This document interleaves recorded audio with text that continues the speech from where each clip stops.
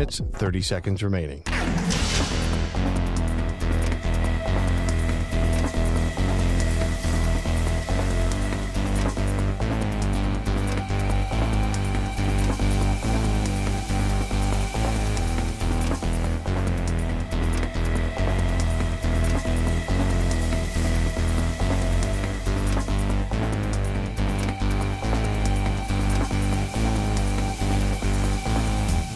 Two minutes remaining.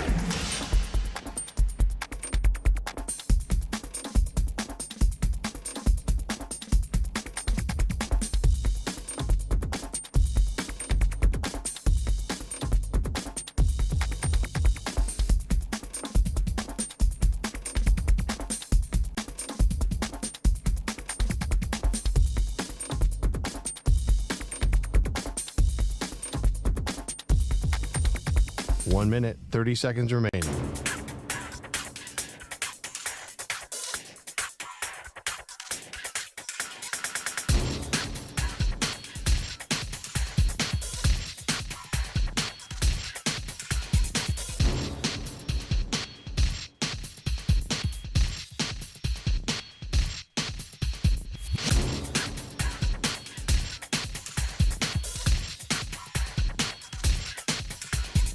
One minute remaining.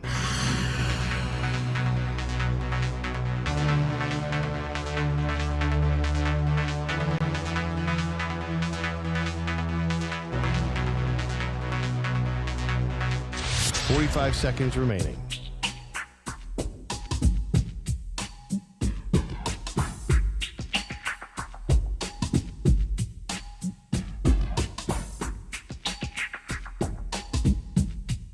Thirty seconds remaining.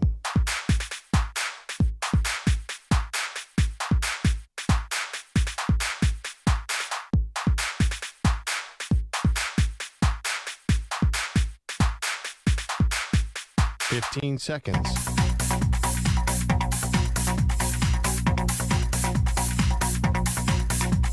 Break ends in 5 seconds.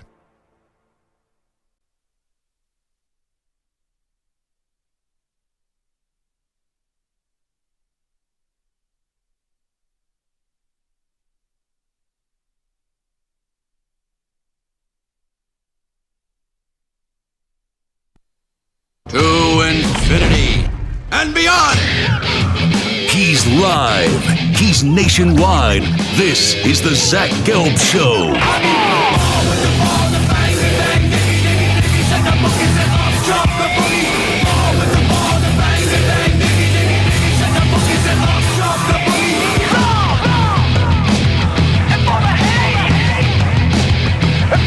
Here's your host, Zach Gelb.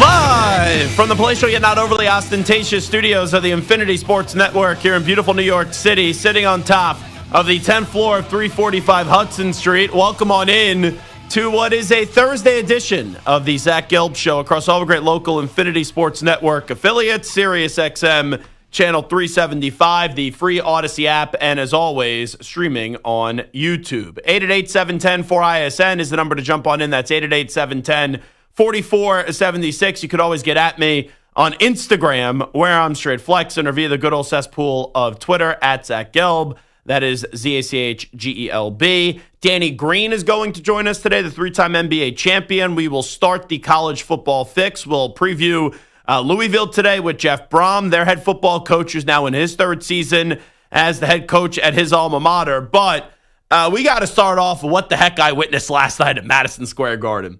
Now, the last time I left the stadium, and I had no clue what I just watched, and I was shocked, and I didn't know how to process it, was actually not that long ago, where over a month ago, I was fortunate enough to be in San Antonio for the Final Four, and I was there for the semifinal games, and I got a chance to see Duke go up against Houston, and with 1:29 to go, I think it was, Duke was up by 7 points.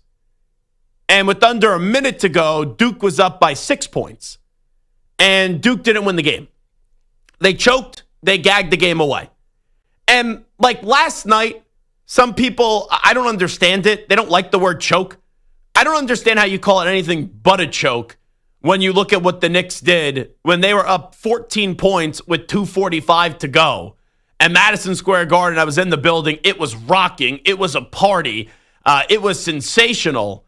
And then whatever happened in the final 2:45, I'm still stunned by it. I'm mystified from it.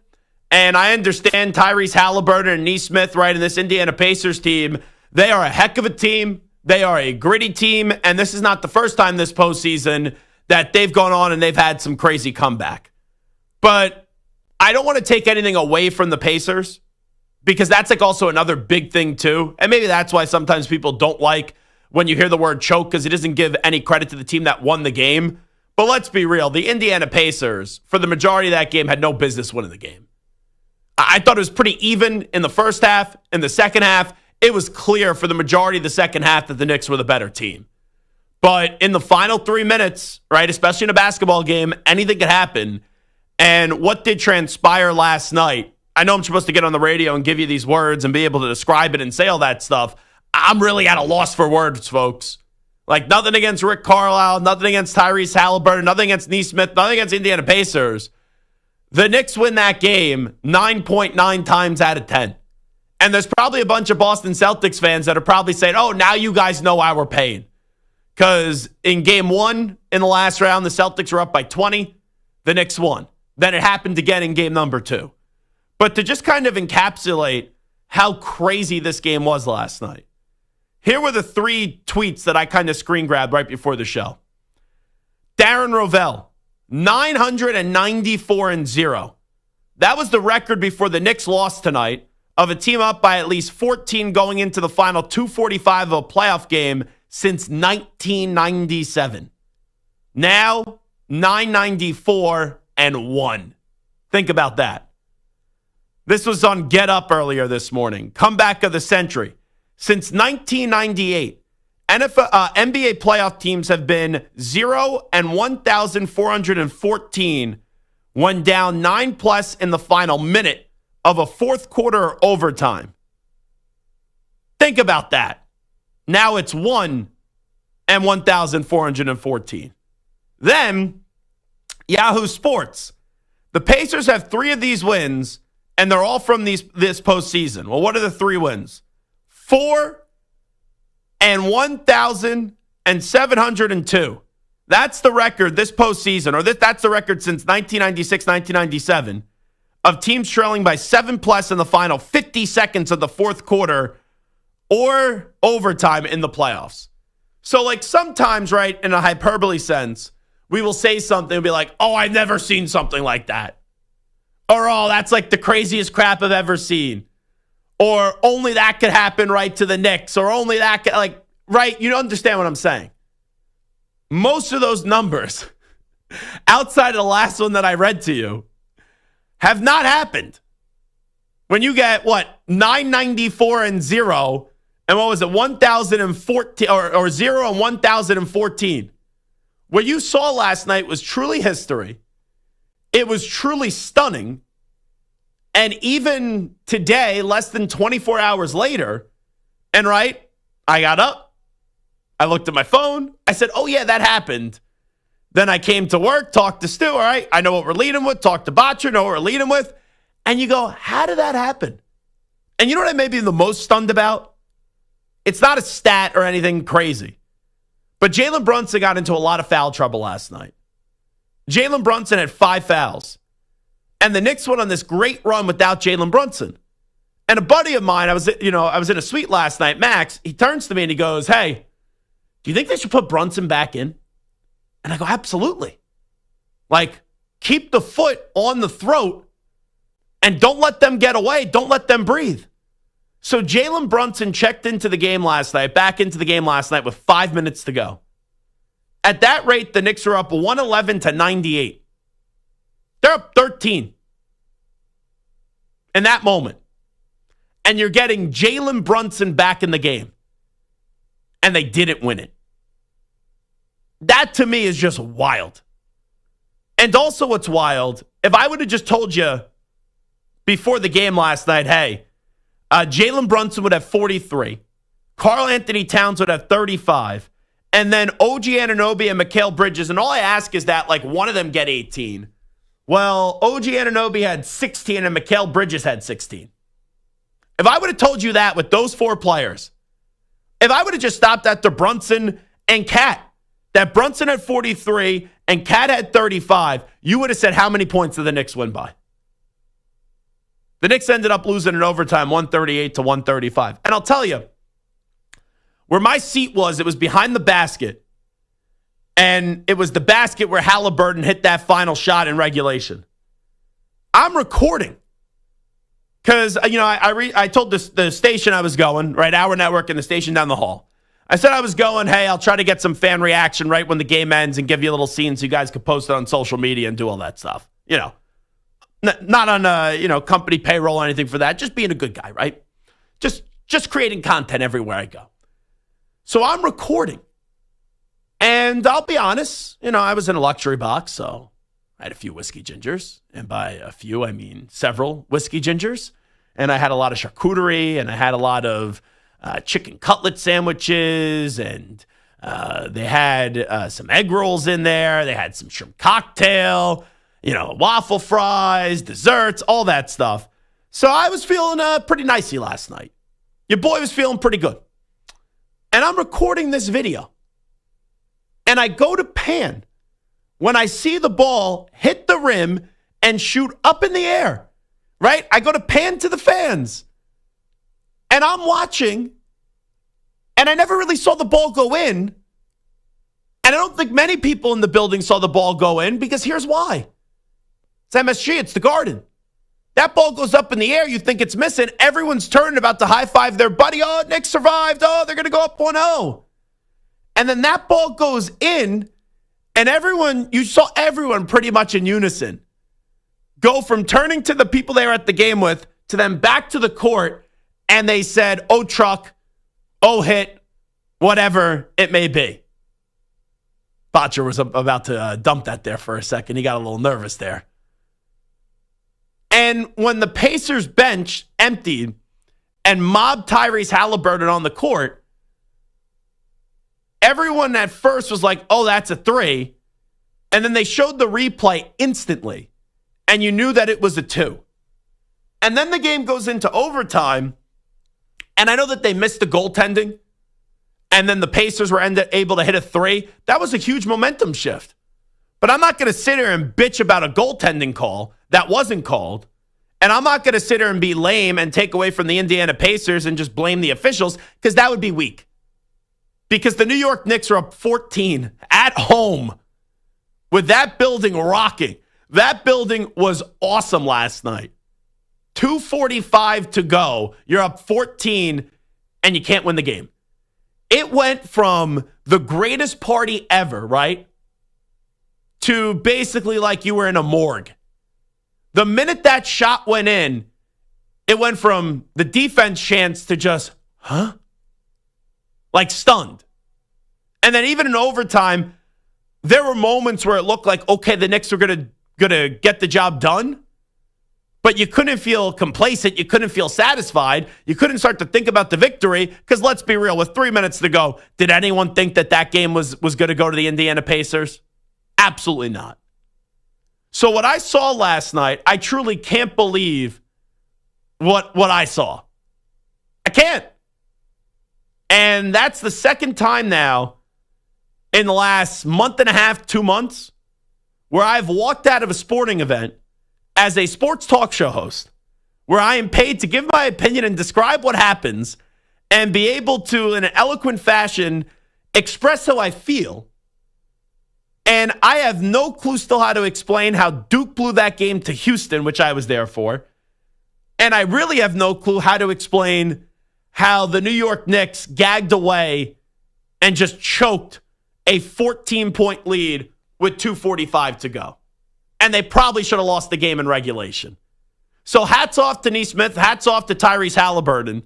If any dope still thinks that Tyrese Halliburton is overrated, I guess you haven't been watching the entirety of the playoffs, because he continues to be the most underrated player in the game. And he is someone that he's a killer. And even if the game isn't going their way, if you give him a little chance to find a victory, he'll find a way to do that. But that is really something that I walked out of the building last night and I go, WTF. Like, what the bleep did I just see? Because that's something that is indescribable. And once again, you look back at it, and I know that they had an extra 5 minutes in overtime, but if you look back at 2:45 left when they're up by 14, and just to paint the picture a little bit more, and 2:45 left, it's 119 to 105. If I would have told you at that moment that the Knicks would have lost the game, you wouldn't have believed me. But if I would have told you the final score when it's 119 to 105 with 2:45 to go in the fourth quarter, that not only did the Pacers win, but the final score was 138 to 135, huh? Like, there's 2:45 to go, and the Indiana Pacers shows you how great their offense was, and how the Knicks defense was just terrible. They left them wide open. The Indiana Pacers with 2:45 to go only had 105 points. They finished with 138. Like, I'm laughing because it doesn't even seem real. And here's the one thing. If you're a Knicks fan today sucks, right? You got to flush this eventually today, and tomorrow you think they're going to win. The Knicks have to win tomorrow. If the Knicks don't win tomorrow, this series is over. And I know we've seen teams come back from down 2-0 before, but it's not as if you're down 2-0 on the road. You'd be down 2-0 at Madison Square Garden. And I do think the Knicks will win tomorrow night. I do. And I feel like the same thing with the Timberwolves tonight. The Timberwolves got to win tonight.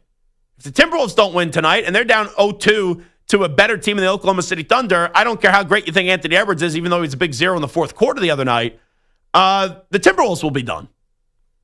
So that's the one saving grace. That unlike when I walked out of that Duke-Houston game and Duke gagged away that 7-point lead with like 1:29 to go, whatever it was, 1:30 to go, that was single elimination. This is not. This is a race to 4. But that is a tough pill to swallow, and that's a tough digestion day that you're going to need until you do get to Friday and see what the Knicks are made out of in Game 2. But oh my goodness gracious, that's the intrigue for Game 2. How do the Knicks mentally recover? That's a big one. So I know some people are going to discuss Tyrese Halliburton and the choking symbol that he did, the Reggie Miller that he did. I'm going to be honest, even though I wanted the Knicks to win, obviously, if I'm just taking fandom out of it and you're just looking at it objectively as a national radio host, I think that's sports. That's awesome. Now, it would have been really funny if he did that, and then Knicks fans got to have fun at his expense if they didn't get the job done in overtime, but the Pacers did. So that ages obviously very well, and you still got to go on and you got to go win 3 more games in this series. Now, that could still be thrown back in your face, because remember when Reggie Miller did that, Reggie Miller ultimately did not win that series. And that's something that all Knicks fans have definitely brought up a lot today. Now, obviously, Halliburton thought that went in and it was a 3. I don't think he would have done that, and he said he wouldn't have done it afterwards if it was just a tie game. But he thought that was a 3, and he had a little Kevin Durant where the toe was on the line, and that ends up only being a 2-point basket. But you got to overtime, and they got the job done. My, oh, my. That was an event last night. And, I've been fortunate enough to be to some pretty big sporting events. You never know what the script is going to be. You never know. You may go to something, you expect to see a great painting, and it doesn't end up being a great painting, right? I've been in the building. I was there for 28-3. I was there for Duke-Houston in the Final Four, and I was there for last night. Those are historical choke jobs. And if you're a Knicks fan and you want this to go away, well, then your basketball team's got to go win 4 more games. Because if they do, you look back at Game 1 and be like, remember when that team choked away a 14-point lead and made us all delirious and delusional? Remember that when they choked away a 14-point lead with 2:45 to go? All right, you look back and you laugh at it. But if the Indiana Pacers go to the NBA Finals, and this was the beginning of them going to the NBA Finals, this, even though it ages very poorly right now, and it doesn't feel good now, it will get even worse and worse and worse. And we'll see what the rest of this series has in store. But what a basketball game last night. And truly something that is unpredictable. When I took the video last night, you hear my buddy in the background. Because, I wasn't in the greatest mindset, let's just say. So I don't know why I didn't keep on recording. But once I realized the shot did go in, I just stopped recording. But the moment the shot goes in, my buddy must have been the first person in the building to realize it, because you just loudly hear, oh, bleep. And it's a word that rhymes with hit. And you hear it just so loudly in the video, obviously because he's sitting right next to me. But the entire building, it just goes from defense to, yeah, oh, and a lot of curse words. So that was last night at Madison Square Garden. And that's sports for you. If you're a Pacers fan, congratulations on game 1. That is just an unbelievable victory. If you're a Knicks fan, oh my God. Did you guys see Manny this morning? I did, yes. I almost want to tell him to toughen up, Buttercup. Oh my God. You would have thought that Manny Rodriguez, had his entire family die last night. This morning, Manny Rodriguez was in a raincoat. This is the only thing that really made me laugh in the last 24 hours from this game. And Manny has a raincoat on, hood up during the show. He could have been sleeping, who knows? Ski cap on, and he just sat there for 4 hours today with resting producer face. Pretty much is what it was. And he looked as if he just saw the murder of his family and all of his pets. Blank stare, and as sad could be. And I was watching it back and go, how long did it take him to speak or someone to acknowledge it? And Maggie finally said, Manny, you look kind of scary or something like that. And he finally was able to speak a few words into the microphone. But man, even at one point, EJ, I just saw him turn his head to Manny. He was like, and I know EJ's a sick Knicks fan. He was like, is this dude okay? And then it's funny, the bobblehead game between them, because EJ was looking at Manny. And then when EJ starts to speak, Manny's just looking at him like, we're not going to sit here and relive this murder right now. And Manny's resting producer face was something that I have never seen before. What a crazy night between the Knicks and the Pacers in game 1. It is the Zach Gelb Show on the Infinity Sports Network. You're in a 5-minute break.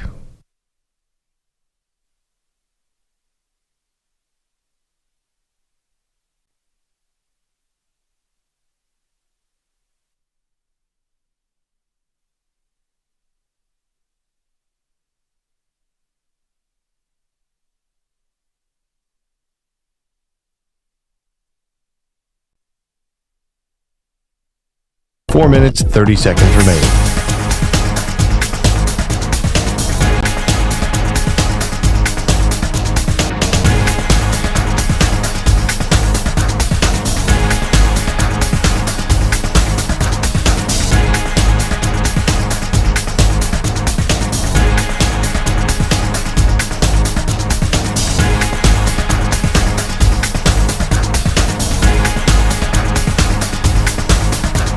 Four minutes remaining.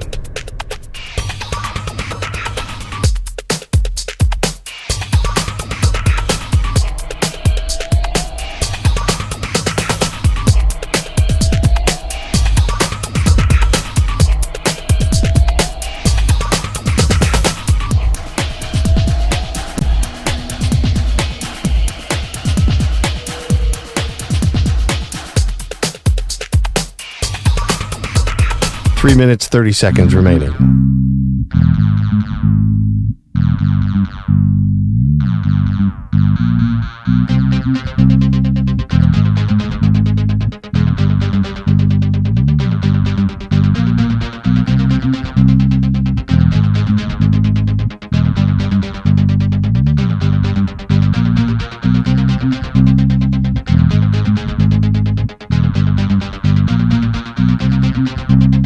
3 minutes remaining.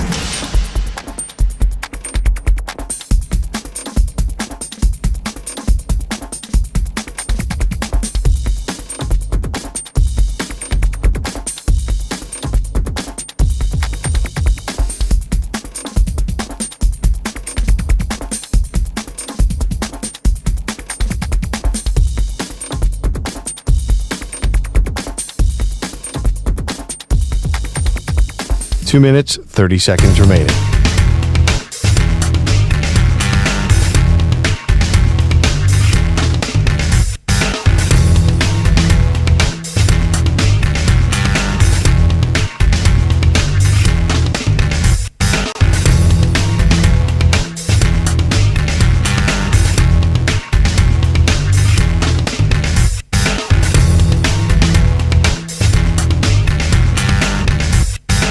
Two minutes remaining.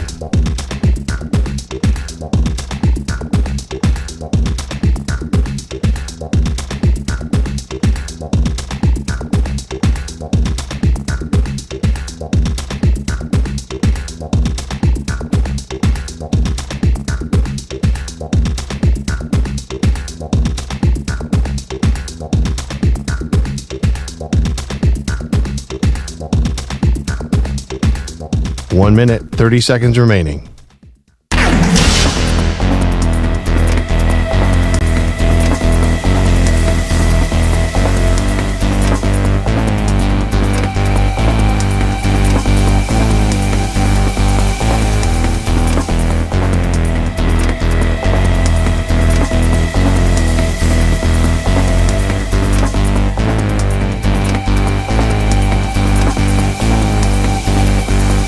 One minute remaining.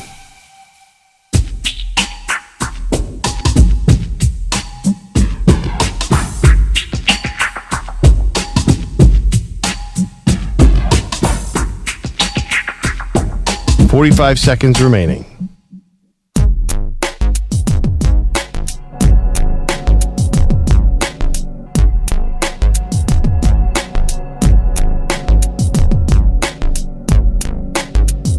Thirty seconds remaining.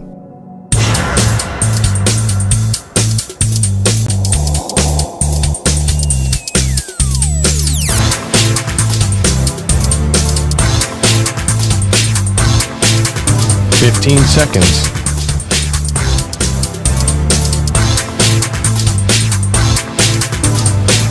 Break ends in 5 seconds.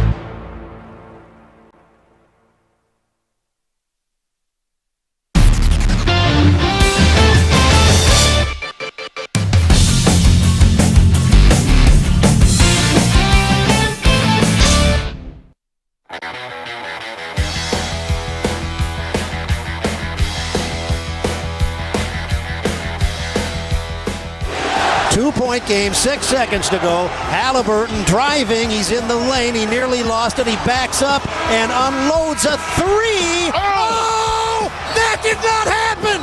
It hit the back of the rim. It popped high into the air, and it dropped gently through the net. And the Pacers have, the scoreboard shows 125-125. It's called a two-point shot. You're listening to the Zach Gelb Show. A stunning moment last night at the world's most famous arena. That's the Pacers radio network, the New York Knicks. It was a party for most of the game. They were up 14 with 2:45 to go. And Tyrese Halliburton, if he maybe had smaller feet, would have ended the game in regulation. Instead, the Knicks did go on to overtime to face the Pacers, and the Knicks walked out of the building with a horrendous, big fat L, and now they're down 0-1 to the Indiana Pacers, and you will have a big game 2 coming up tomorrow evening. I want to check in on a friend, and I'm not doing this to be rude. I'm not thrilled with the results last night. Obviously, we're on in Indianapolis, so maybe they will get a kick out of this, but also I understand that there's a different side of it. But I tuned in to my favorite national morning radio show this morning, and I did so via YouTube, Maggie and Perloff, and I saw the video feed of Manny Rodriguez.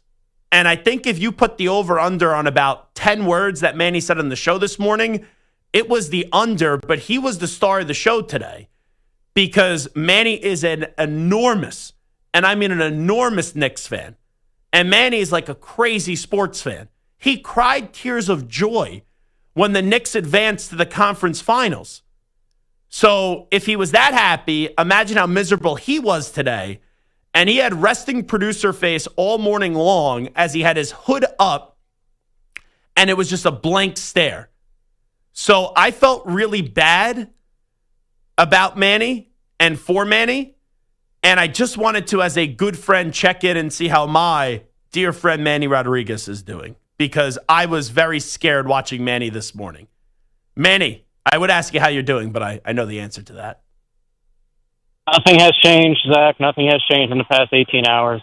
How many words have you said today outside of the most words you're probably going to speak coming up here in the next 3 minutes or so? 42 of them. Oh, my God. So can you just take me through it? Like last night, No. right? You think the game is over, correct? When they're up 14 with 2:45 to go, right?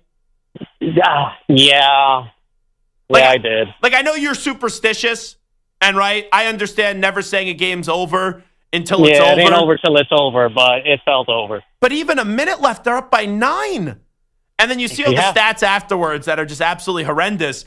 But when that ball went in, and right, you're watching it from your couch, I'm in the building. When that ball goes in, no one even knew that it went in because everyone saw the ball went up in the air and they were about to celebrate, and then the ball goes in, and you're like, wait, what the bleep just happened? So take me through wherever you're at a bar, you're in your living room, however you're watching the game, how you process that final 15 seconds of regulation. I mean, many expletives were ushered, and not in English. That was the entire. I was in the living room with my parents watching the game, and my dad had the exact same reaction.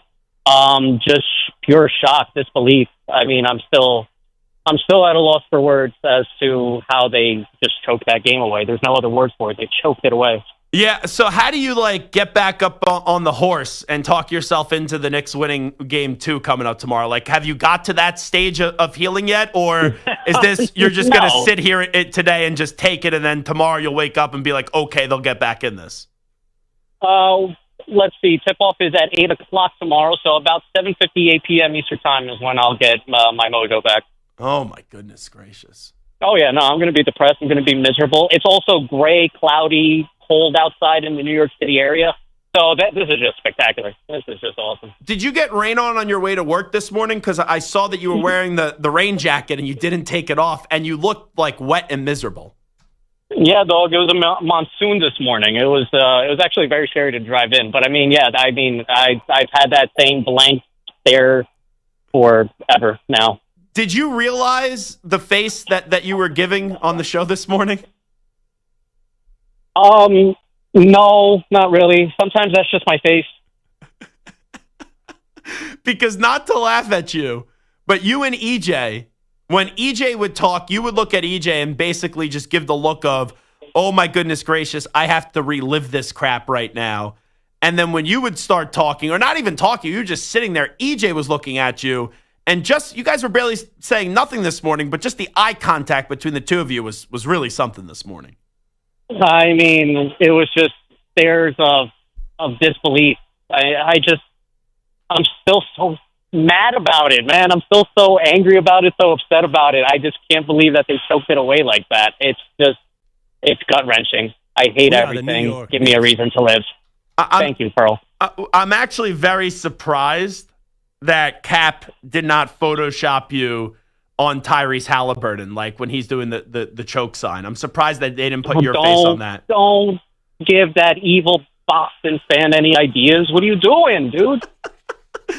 Man, I was very surprised by it. I'm now questioning Cap's creativity, that he wasn't creative enough to do that today. And Cap's probably the most creative person right here at 345 Hudson Street. It's going to be okay. They're going to win game 2. You're getting a Zach Gelb guarantee. Well, they're winning game 2, Manny. They're tying it up at 1 apiece. From your lips to God's ears, bro. Now, if Hickey starts to say that, then we're all screwed, all right? Yeah, you're not wrong. All right, can you... I hate that guy, Hickey. Did you eat anything in the last 24 hours? Any comfort food? Yeah, I had some ice. Some ice? Yeah, nice. That's all I've had. I would try. Why are you laughing at me? Because you gotta go get some mac and cheese or something. All right. No. I gotta watch my weight, so that's why. How about a chicken quesadilla or something? Well, couldn't have been just like some chicken breast. Why's it got to be a quesadilla? You probably like some breasts right now, if I'm being honest with you. Yeah, well, you're not wrong. It's gonna be Size okay, as well. man. All righty, I appreciate it. Thank you. All love, Zach. Be safe. You got it. Go Knicks. There he is, Manny Rodriguez. Let's go Knicks. That's just not nice. And this is the thing. You guys do these sound effects, and then he thinks like I'm being a jackass. I have no control over that, Botcher. You're an evil person. You're an evil son of a bitch. The Zach Gelb Show. Yeah. Gotta accept blame. Starts at the top. Hey, Manny has taunted me so much for being a Nets fan. Oh, has he? Forever. That it's okay. He can handle this. Yeah. Honestly, I know we're all sick sports fans. I don't think I have the level of sports fandom in me like Manny does. Stu, I've seen Stu come in to work after his football team has lost 8,000 games in a row. And Stu is just numb to it at this point. That is true. Manny, he literally lives off of each and every play of the game. We may have to order a camera and get it on Manny. You know what? It's so expensive to go to these games. I felt that bad for him. I kind of want to get him a ticket to game 2. Maybe Pearl and Maggie and myself, we all chip in and get Manny a ticket for game 2. And they factor in my ticket as well. And then we all go to game 2. Right? That'd be nice, right there, show? Yeah, it seems fair, yeah. Man, we got to get a camera on Manny for these. I kind of want to watch game 2 tomorrow with Manny. Call Manny back up. Get Manny back on the line. I have to ask him one more question. Just ring him right back. Just call him directly. I got to ask him. I want to know what he's doing for the game tomorrow night. I'm trying to think. Do I have anything going on tomorrow night? It's Friday. I have an event Saturday. Then I'm going to Long Island Saturday afternoon. Sunday, I'm going out east. Yeah, no, I want to treat Manny to dinner tomorrow. And I want to watch the game with Manny. And I want to have Manny feel good. That's what I think we need to do. We need to uplift people around here because Manny Rodriguez is really going through it. Let's see if we can get Manny back on the line. Okay, he just needs a second. Man, Manny probably is sharpening the knives and everything in the house today and all that stuff. Hey, Manny, can I do something nice for you? Oh, that'd be nice. You want to go out for dinner tomorrow night? I'll buy dinner. I'll get you a few drinks and we'll watch the game together. I got something to do already on tomorrow night. Screw you. All right, get him off the show. Get him off the show. If I said to you, I got you a ticket for tomorrow night, would you then go? Would you change your plans? Oh, I would drop everything. Are you drunk? Now it changed, you fugazi fraud. Get him off the show. I'm trying to get this guy to a victory. Trying to get him to a victory. Oh, I got other plans. Oh, I can't hang out with you. Blah, blah, blah, blah, blah. All righty, this is Zach Gelb Show on the Infinity Sports Network. We'll get to a news brief on the other side. Update time first. Here's Zach. Infinity Sports Network Sports Flash. And it's sponsored by Progressive Insurance. Your small business keeps you on the go. Progressive Commercial Insurance keeps your policy within reach with their easy-to-use mobile app. Learn more at progressivecommercial.com. The Lions still have Super Bowl aspirations and got a lift today with the news that Aiden Hutchinson has been fully cleared for football activity. The 24-year-old suffered a broken tibia and fibula in Week 6. He's also entering the final year of his rookie deal. Denver makes it official, keeping David Adelman, removing the interim tag and naming him the permanent head coach. The Thunder may have been pushed to the limit in the previous round, but very much looked like the top seed they earned in Game 1 with a 26-point win. Oklahoma City deployed a deep attack going 10 deep, but it was their star that carried them, with Shai Gilgeous-Alexander scoring 20 of his 32 in the second half. Minnesota down 1-0 with Game 2 tonight, has to find a way to get Anthony Edwards going after a 5-for-13 performance in the opener. Game 2 of the Eastern Conference Finals of the Stanley Cup playoffs in Raleigh. The Hurricanes looking to even things up with the Florida Panthers.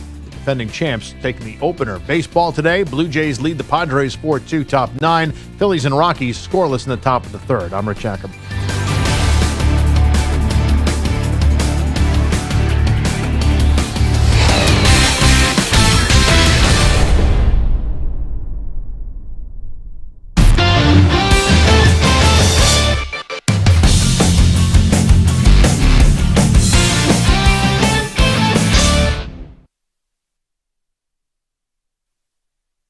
You're in a 5-minute break.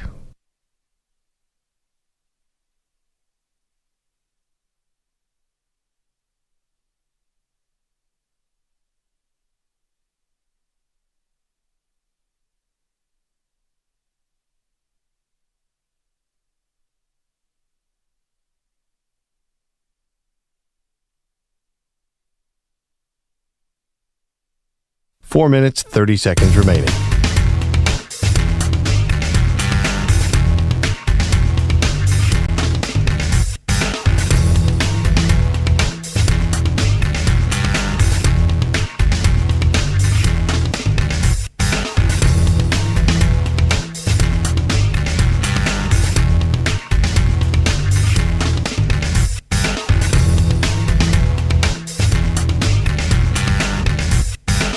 Four minutes remaining.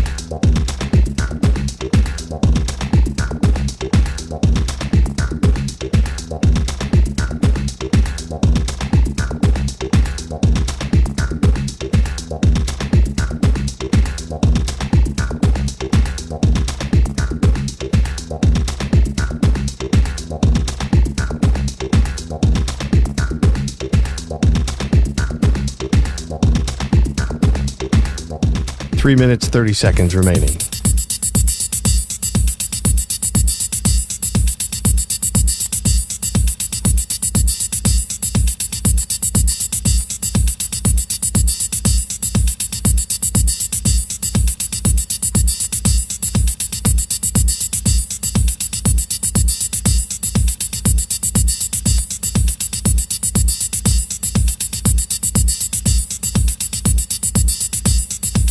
Three minutes remaining.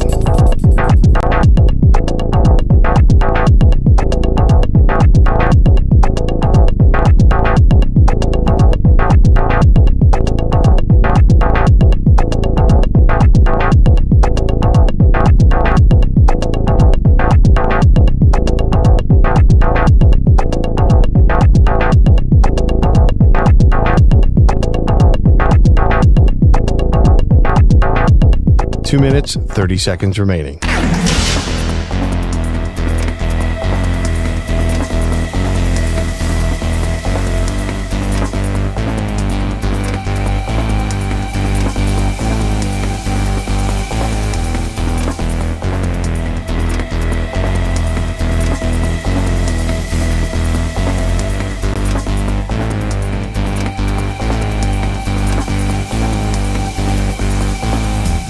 Two minutes remaining.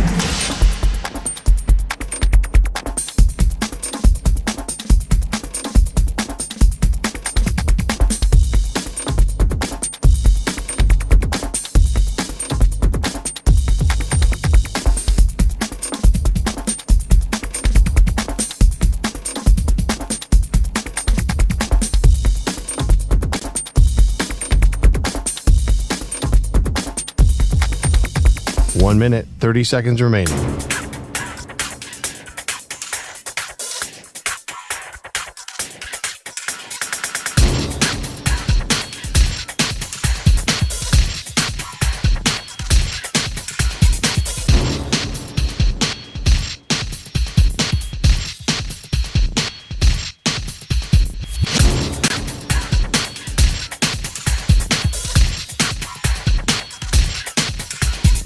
One minute remaining.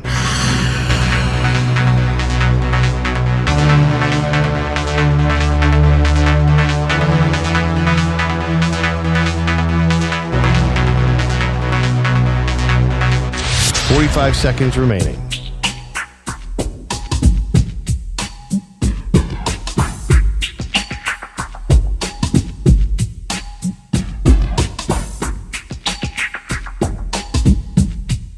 30 seconds remaining.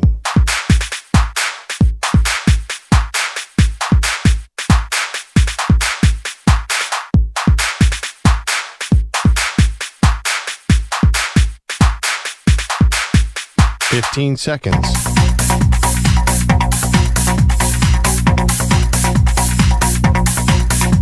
Break ends in 5 seconds.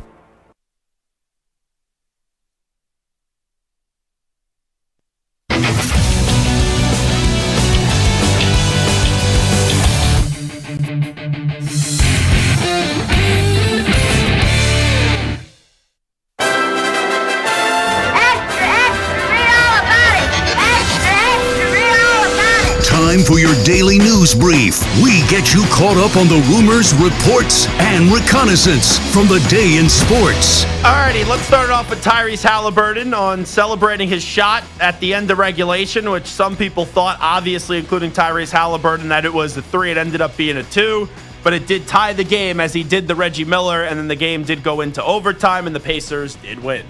I wasn't like plotting on it or anything. Everybody wanted me to do it like last year at some different point. But it's just gotta feel right. And it felt right at the time. If it would have been, if I would have known it was a 2, I would not have done it.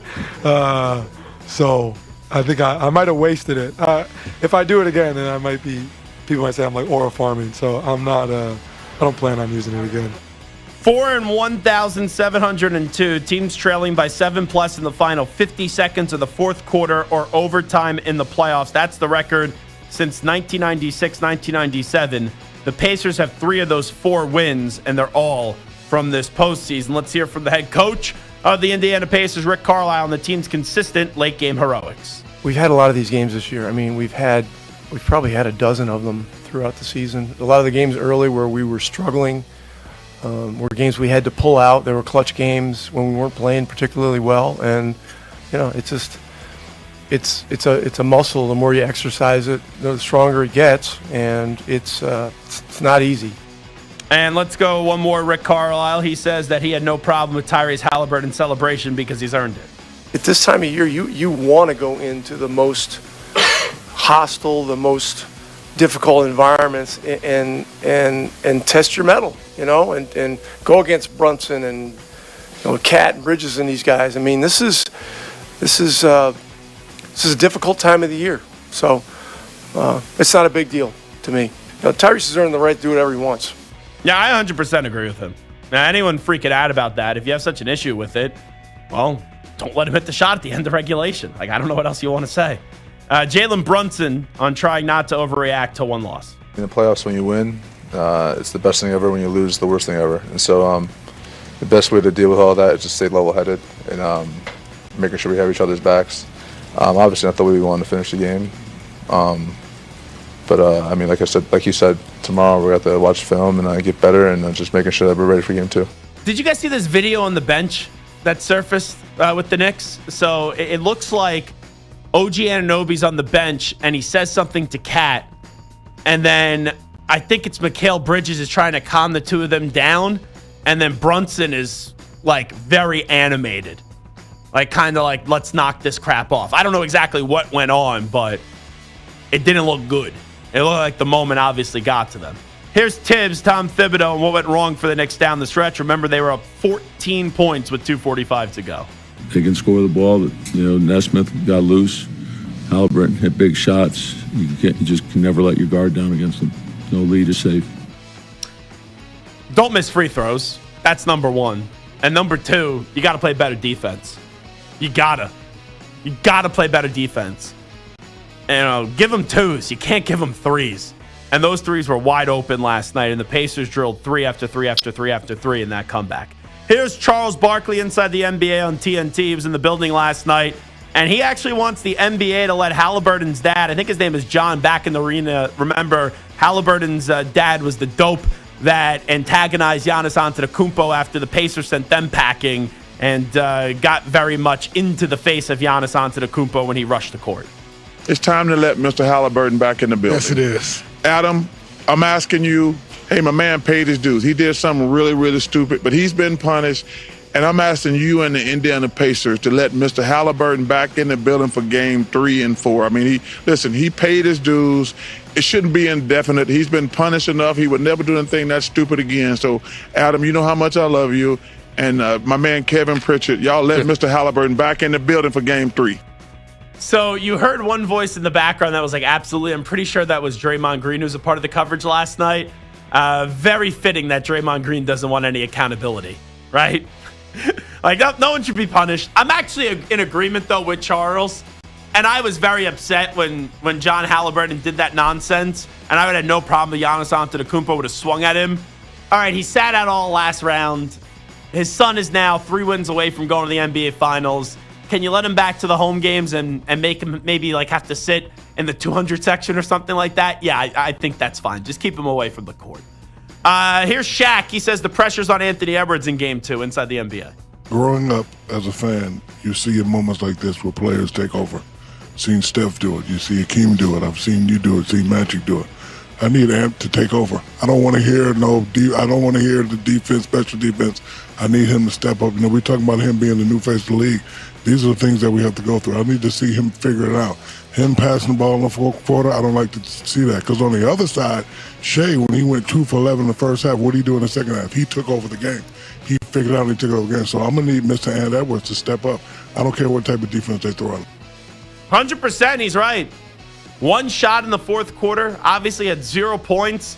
You got to see Anthony Edwards be more aggressive and take over this game number 2 tonight. Anthony Edwards says he needs to be more aggressive in this game too. I definitely got to shoot more. I only took 13 shots, but I'll say probably just get off the ball a little more, play without the ball. I think that'll be the answer because playing on the ball, they're just going to double and sit in the gaps all day. So got to go watch some film and pick it apart. We'll figure it out. And let's go to Shai Gilgeous-Alexander. Won the MVP yesterday. He got emotional when he thanks his wife for making him the man he is today. Thank you for everything you are for me, for our son Aries. You were the first person to show me what love really meant, what love really meant, what sacrifice really meant, and I can't wait to spend the rest of this journey called life with you. So thank you for everything. I wouldn't be the man I am, I wouldn't be the player I am, I wouldn't be the father I am without you, but thank you for that. And let's go to Brock Purdy. We go from the hardwood to the gridiron. Brock Purdy, if you consider taking a pay cut, remember he just signed a $53 million a year contract. For me, I know who I am, and I'm going to, obviously want to get what I deserve, but also surround myself, like I said, with guys around me and not just try to take every penny for myself. But that's the whole point of negotiating. You go throughout that, you try to meet in the middle ground, and where we ended, man, I'm extremely grateful and happy with. And we go from the gridiron, obviously, to the ice rink, where you did get to see on the ice the Edmonton Oilers go into the third period of Game 1 of the Western Conference Finals. Remember, they beat the Stars last year in the Western Conference Finals to advance to the Stanley Cup Final. You did have Edmonton go into the third period with a 3-1 lead. You then saw 1, 2, 3, 4, 5 goals in the third period by the Dallas Stars. 5 unanswered goals after Evan Bouchard had the 3-1 goal to give the Oilers that lead. And let's play you Tyler Seguin. This made it 5-3 in the third period. This is the Stars Radio Network. Stars good work, though. Take it away, and they race across. Steele has a cutting Seguin. Steele backhand. Score! Oh, my God. Sam Steele delayed. Seguin was there in front. Sagan's got his second. The Stars have their fourth this period, and they've got a 5-3 lead. There's nothing like when you get a home goal in hockey, and you're at home, and you got that horn just going off. That's pretty cool. All righty, here's my favorite radio call of the year.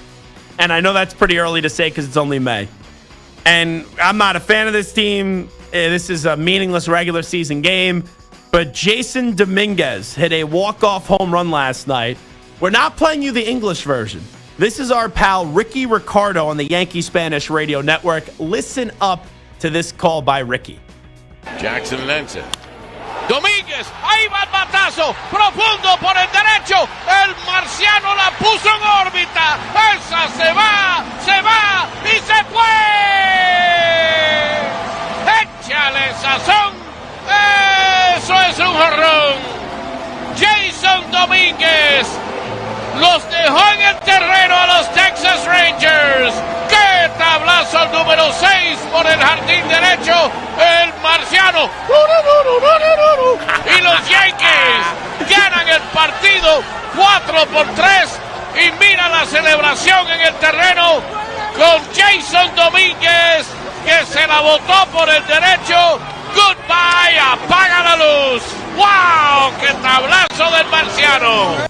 So they call Jason Dominguez the Martian. So when you hear that, that's the Martian alien sound effects. That's awesome by Ricky Ricardo. Si, senor! Si, senor! What a job by Ricky Ricardo. Finally, some somber news, obviously. Yesterday, we did find out that Jim Irsay did pass away, the owner of the Indianapolis Colts, at the age of 65. This is Tony Dungy sharing some stories about his former boss on Pro Football Talk this morning. I got there in 2002. My dad was getting up in age, and my dad would come to all the home games, and Mr. Irsay saw him at a couple of away games. So he said, does your dad go to every game? And I said, well, he tries to go to the ones that are close that he can get to. So if he wants to go to every game next year, tell him to just come to Indianapolis and fly with us. In 2003, he flew my dad on the team plane to every single away game. And my dad passed away at the end of the year. And my greatest memory was sitting with him and being with him at away games just because Jim Irsay, that's who he was. Passionate owner. There's no doubt about that. Obviously, when you're an owner of a team and, you know, obviously there's been a lot off the field with Jim Irsay, you know, you don't always do the right things and you can never be 100%. But when I think of Jim Irsay, I just think of a passionate owner that badly wanted to win. And he was able to deliver a championship with Peyton Manning as his quarterback. So our condolences to the NFL community, the Indianapolis community, and obviously the Colts family on the passing of Jim Irsay, who did pass away yesterday at the age of 65. It is the Zach Gelb Show on the Infinity Sports Network. We will take a break. We'll take a look at a Pro Football Focus list next of all 32 quarterbacks in the NFL, and also three-time NBA champion Danny Green is going to join us 25 minutes from now.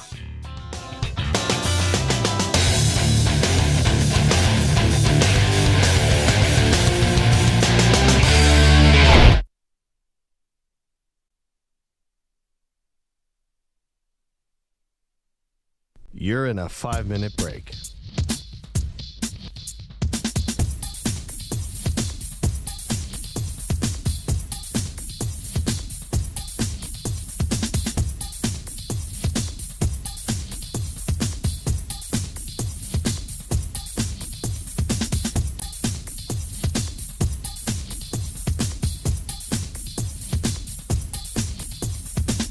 Four minutes, 30 seconds remaining.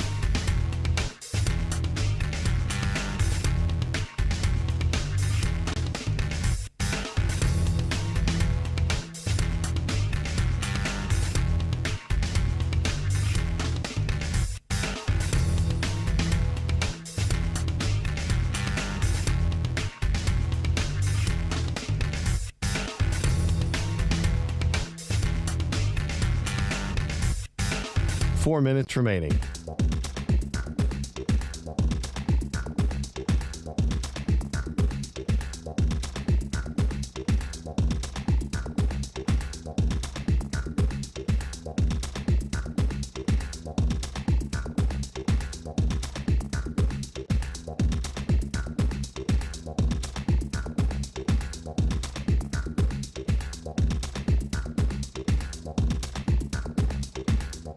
Three minutes, 30 seconds remaining.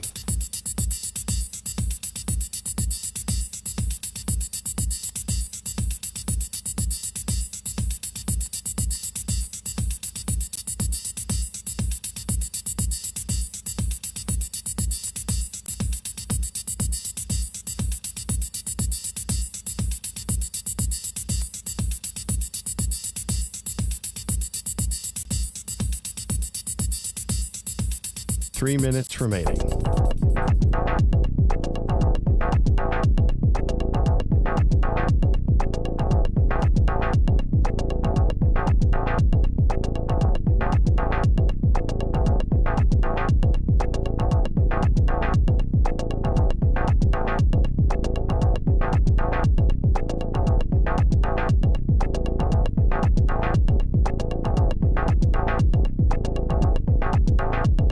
2 minutes, 30 seconds remaining.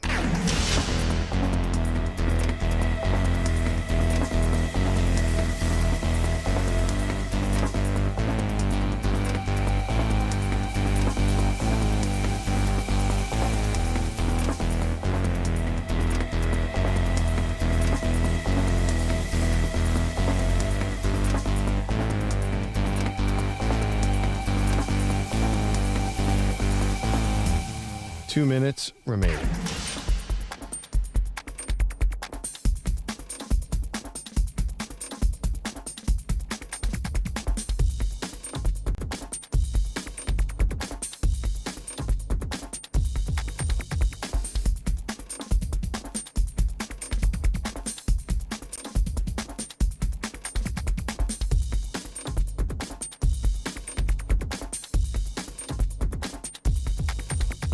One minute, 30 seconds remaining.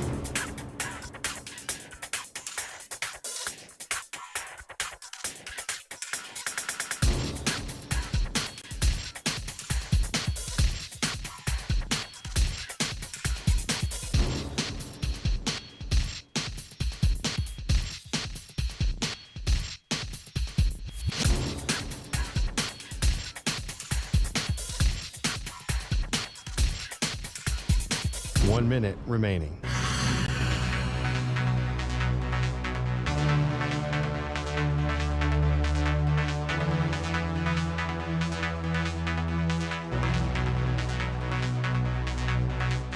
Forty-five seconds remaining.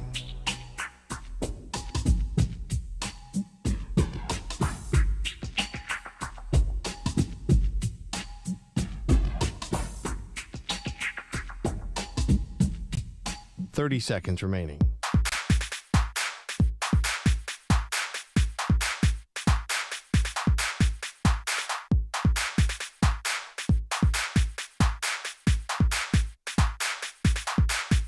Fifteen seconds.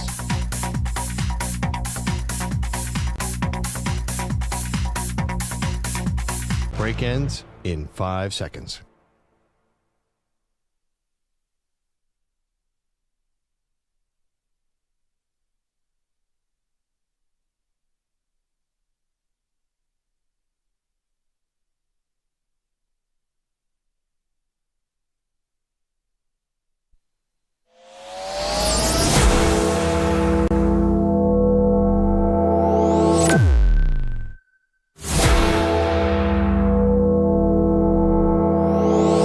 Infinity and beyond.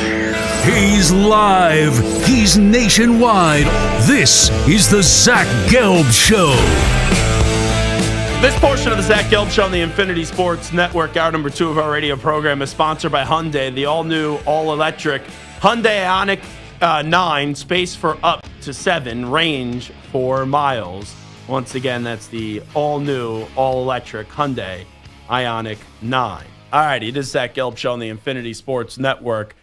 John Frischella from Pro Football Focus, he did a ranking of all 32 starting quarterbacks in the NFL.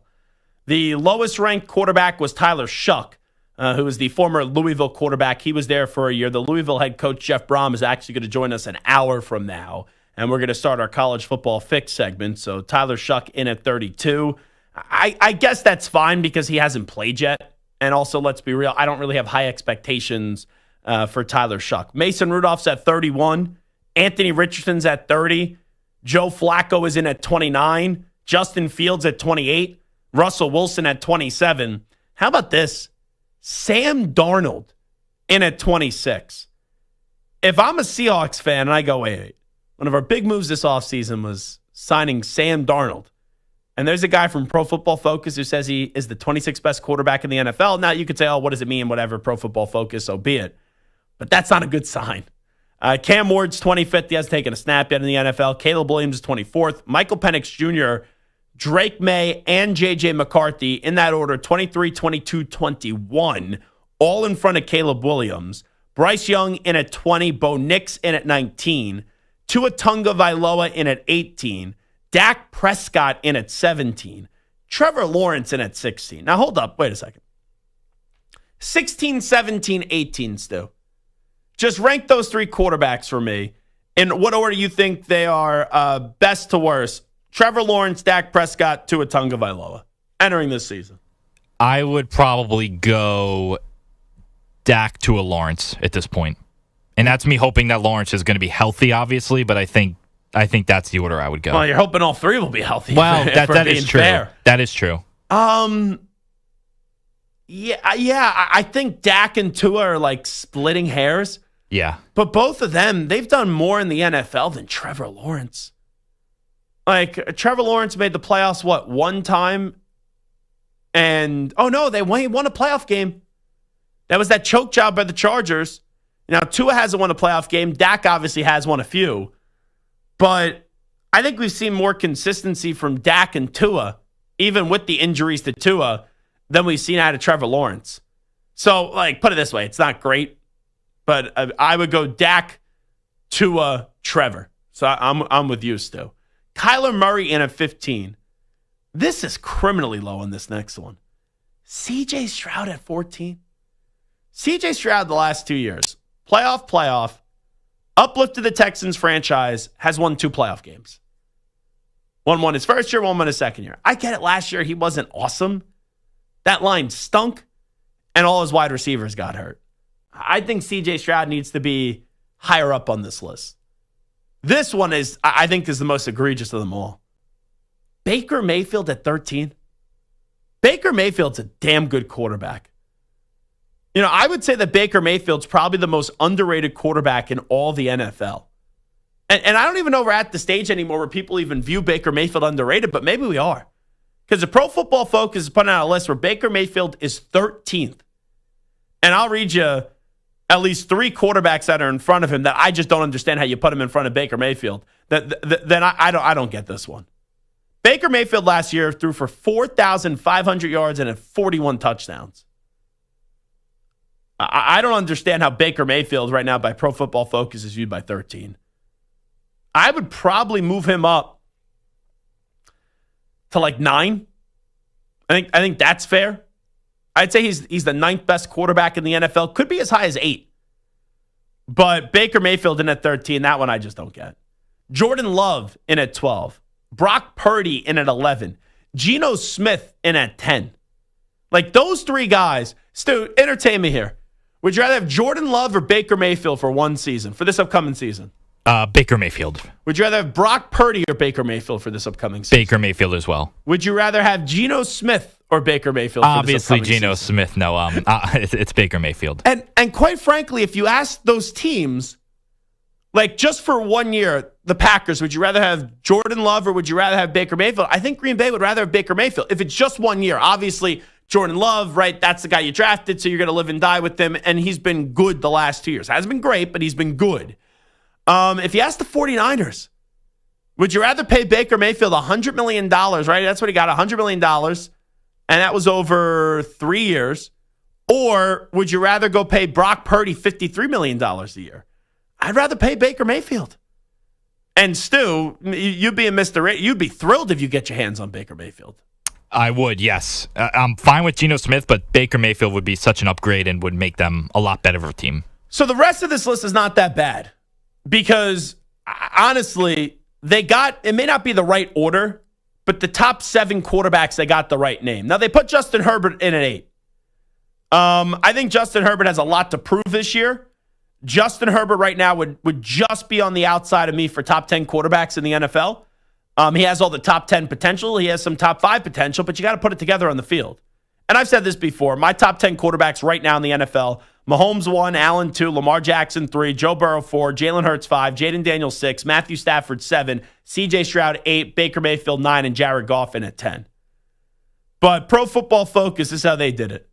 Here are their top 7 quarterbacks in the NFL. Stafford in at 7. So 1, 2, 3, 4, 5, 6, 7. So we're at a line there. Jaden Daniels in at 6. We're a line there. Jalen Hurts at 5. We're a line there. And this is where they lose me. Now, I think you could order, as long as Mahomes is 1, you could order Burrow, Jackson, and Allen however you want. I personally order them Allen, Jackson, Burrow right now. They put Josh Allen 4. Lamar Jackson 3, Joe Burrow 2, Pat Mahomes 1. Now, I know that Burrow just led the league in passing touchdowns and passing yards. Lamar Jackson, though, has won 2 MVPs. Josh Allen just won his first MVP. And I get it, Joe Burrow has been to a Super Bowl and has beat Mahomes when it mattered. And Lamar Jackson and Josh Allen have failed to do so. But with how many injuries Joe Burrow has already suffered, and this list is Pro Football Focus ranking all the 32 NFL starting quarterbacks heading into the 2025 season, I got to give the slight edge to Josh Allen over Lamar because Josh just beat Lamar in not only the postseason, but also the MVP. And then Lamar Jackson last year, right, was the runner-up to the MVP, and Joe Burrow missed the playoffs. So that's how I think why you need to rank it. Allen 2, Lamar 3, and then Burrow 4. But at least they got Patrick Mahomes in at 1. Quite frankly, I don't think this is a horrible list. You know, whenever you rank something, it is generated to get a reaction. And you can't just do like some boring list. I think some of the headliners here, Baker Mayfield at 13 seems way too low. CJ Stroud at 14 seems way too low. Herbert at 8 will be polarizing, but he could fall anywhere between 8 to 13 if we're just being honest. I just got to see more from him. I like that they have Hurts, Daniels, and Stafford as 5, 6, and 7. They got the first 7 right, just in terms of their names. The order, I don't love it, but you're splitting hairs between the difference of my order and their order. But I would just say the ordering 1 through 4 outside of Mahomes, I would keep Lamar 3, just move Allen up to 2, and then I'd put Burrow in at number 4. You know what I actually think one of my biggest takeaways here is? National respect to Jalen Hurts as well. You know, because usually you look at this list and you're like, oh, what was disrespectful? And I told you, I thought CJ Stroud at 14, Baker Mayfield was 13. The Jalen Hurts ranking in at 5. A lot of these lists emerge in the summer. I'm going to be curious how many people when these lists emerge in the summer and we inevitably recycle this topic, right? How many teams or how many people are going to have Hurts at 5? And will anyone put him above 5? Will anyone maybe even put him at 4? I think on most of these lists, you need to have Mahomes, Allen, and Lamar 1, 2, 3. I think that's how most would generally go.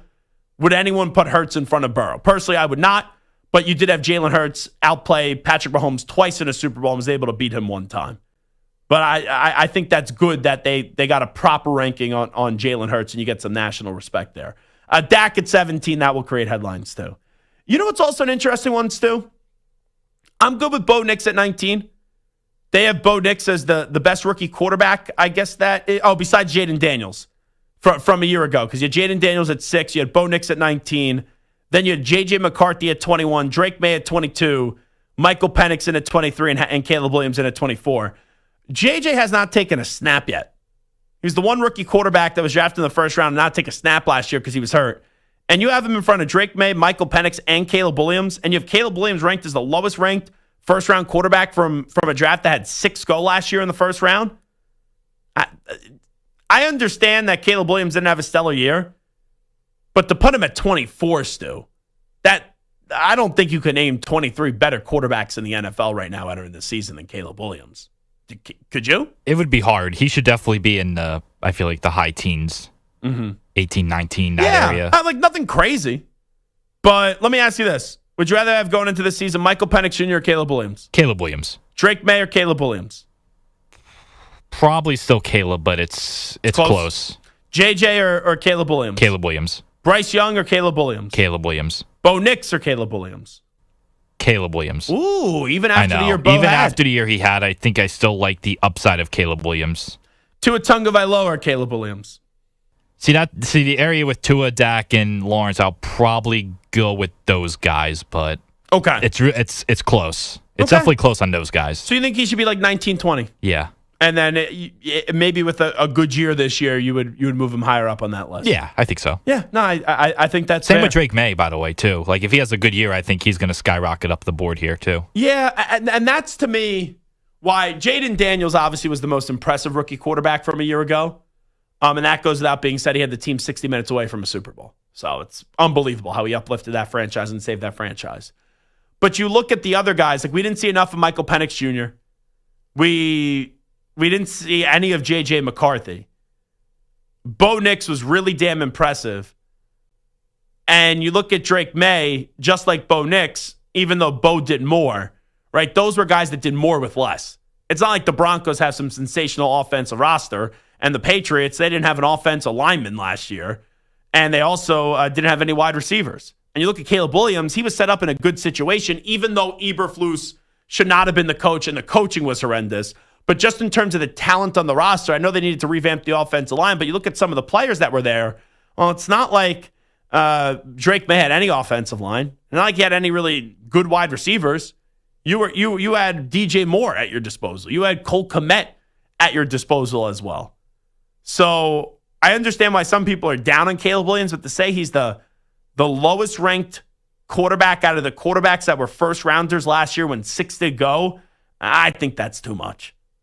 Like if you're doing a redraft next year, you know, a redraft now of last year, I should say, maybe the lowest Caleb Williams falls, I would say maybe he falls to QB3 in that draft. I would say probably just to QB2 for most people, because Jaden Daniels would be unquestioned the number one guy just with what he did this year, and it was unbelievable. And the irony is Caleb Williams, right, didn't want to go to Chicago. And if he would have gone to those other places, like how would we have been talking about Caleb Williams with the Commanders? I don't know if Caleb Williams does what Jaden Daniels did this past year. Probably not. If he went to New England, if he could make it work in Chicago in year one, I don't think that he finds a way to make it work in New England when we're looking at Caleb Williams that differently. All right, this is Zach Gelb Show on the Infinity Sports Network. We will take a break. We'll get back to the biggest story of the day. That, of course, is what the Indiana Pacers did last night, because that was really something with Nesmith and then also with Tyrese Halliburton. 14-point game with 2:45 left. They were down 9 with under a minute to go. And they somehow came on back, tied it up in regulation with the Halliburton heroics. And then in overtime, they did go on to make Madison Square Garden going from what was an arena full of elation to an arena full of depression. What will game number 2 look like? Coming up on Friday, we'll also preview game number 2 in the association tonight in the Western Conference Finals as the Thunder look to take a 2-0 series lead, or we see Anthony Edwards come alive in the fourth quarter and tie up this series, sending it back to Minnesota at 1 apiece. A 3-time NBA champion won a NBA championship with the Spurs, the Raptors, and the Lakers. Danny Green will join us on the other side. You're in a 5-minute break.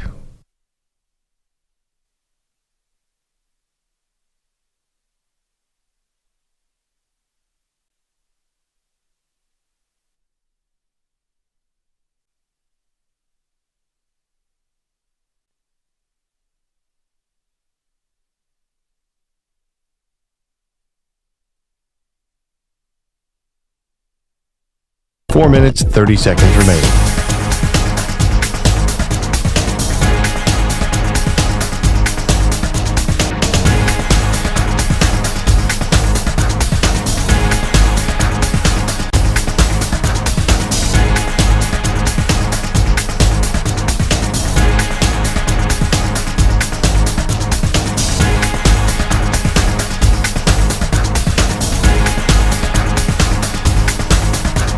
Four minutes remaining.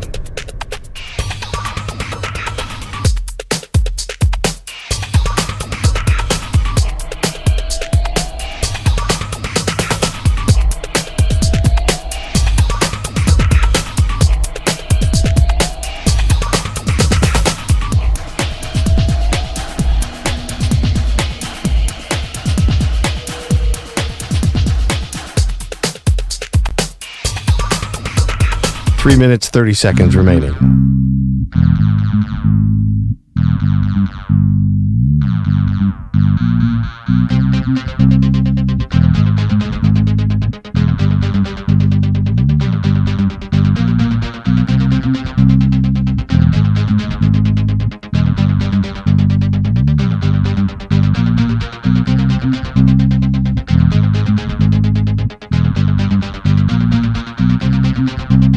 Three minutes remaining.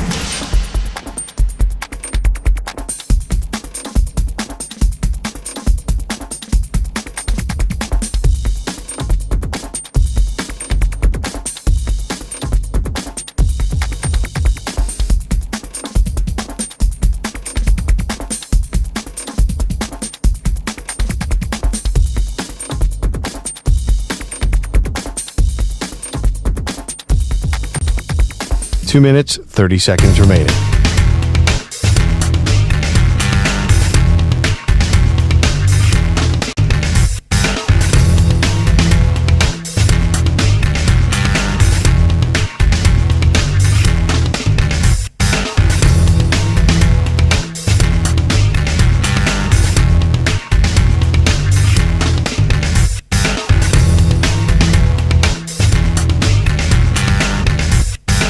Two minutes remaining.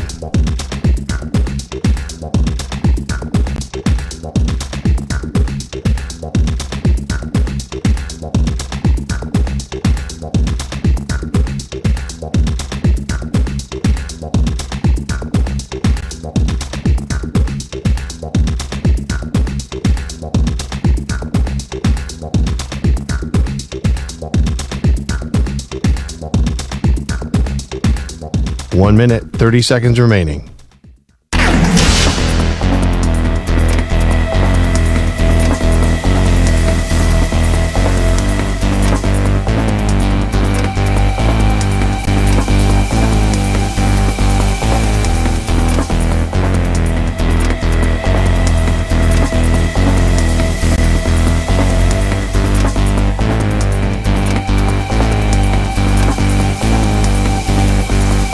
One minute remaining.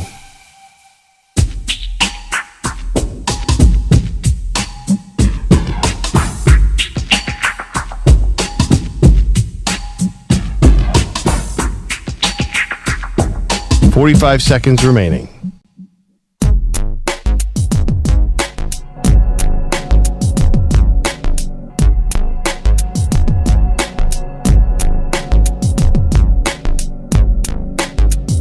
.30 seconds remaining.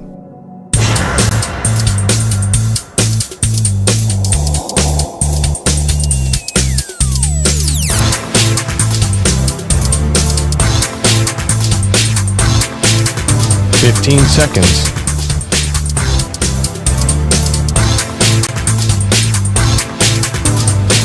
Break ends in 5 seconds.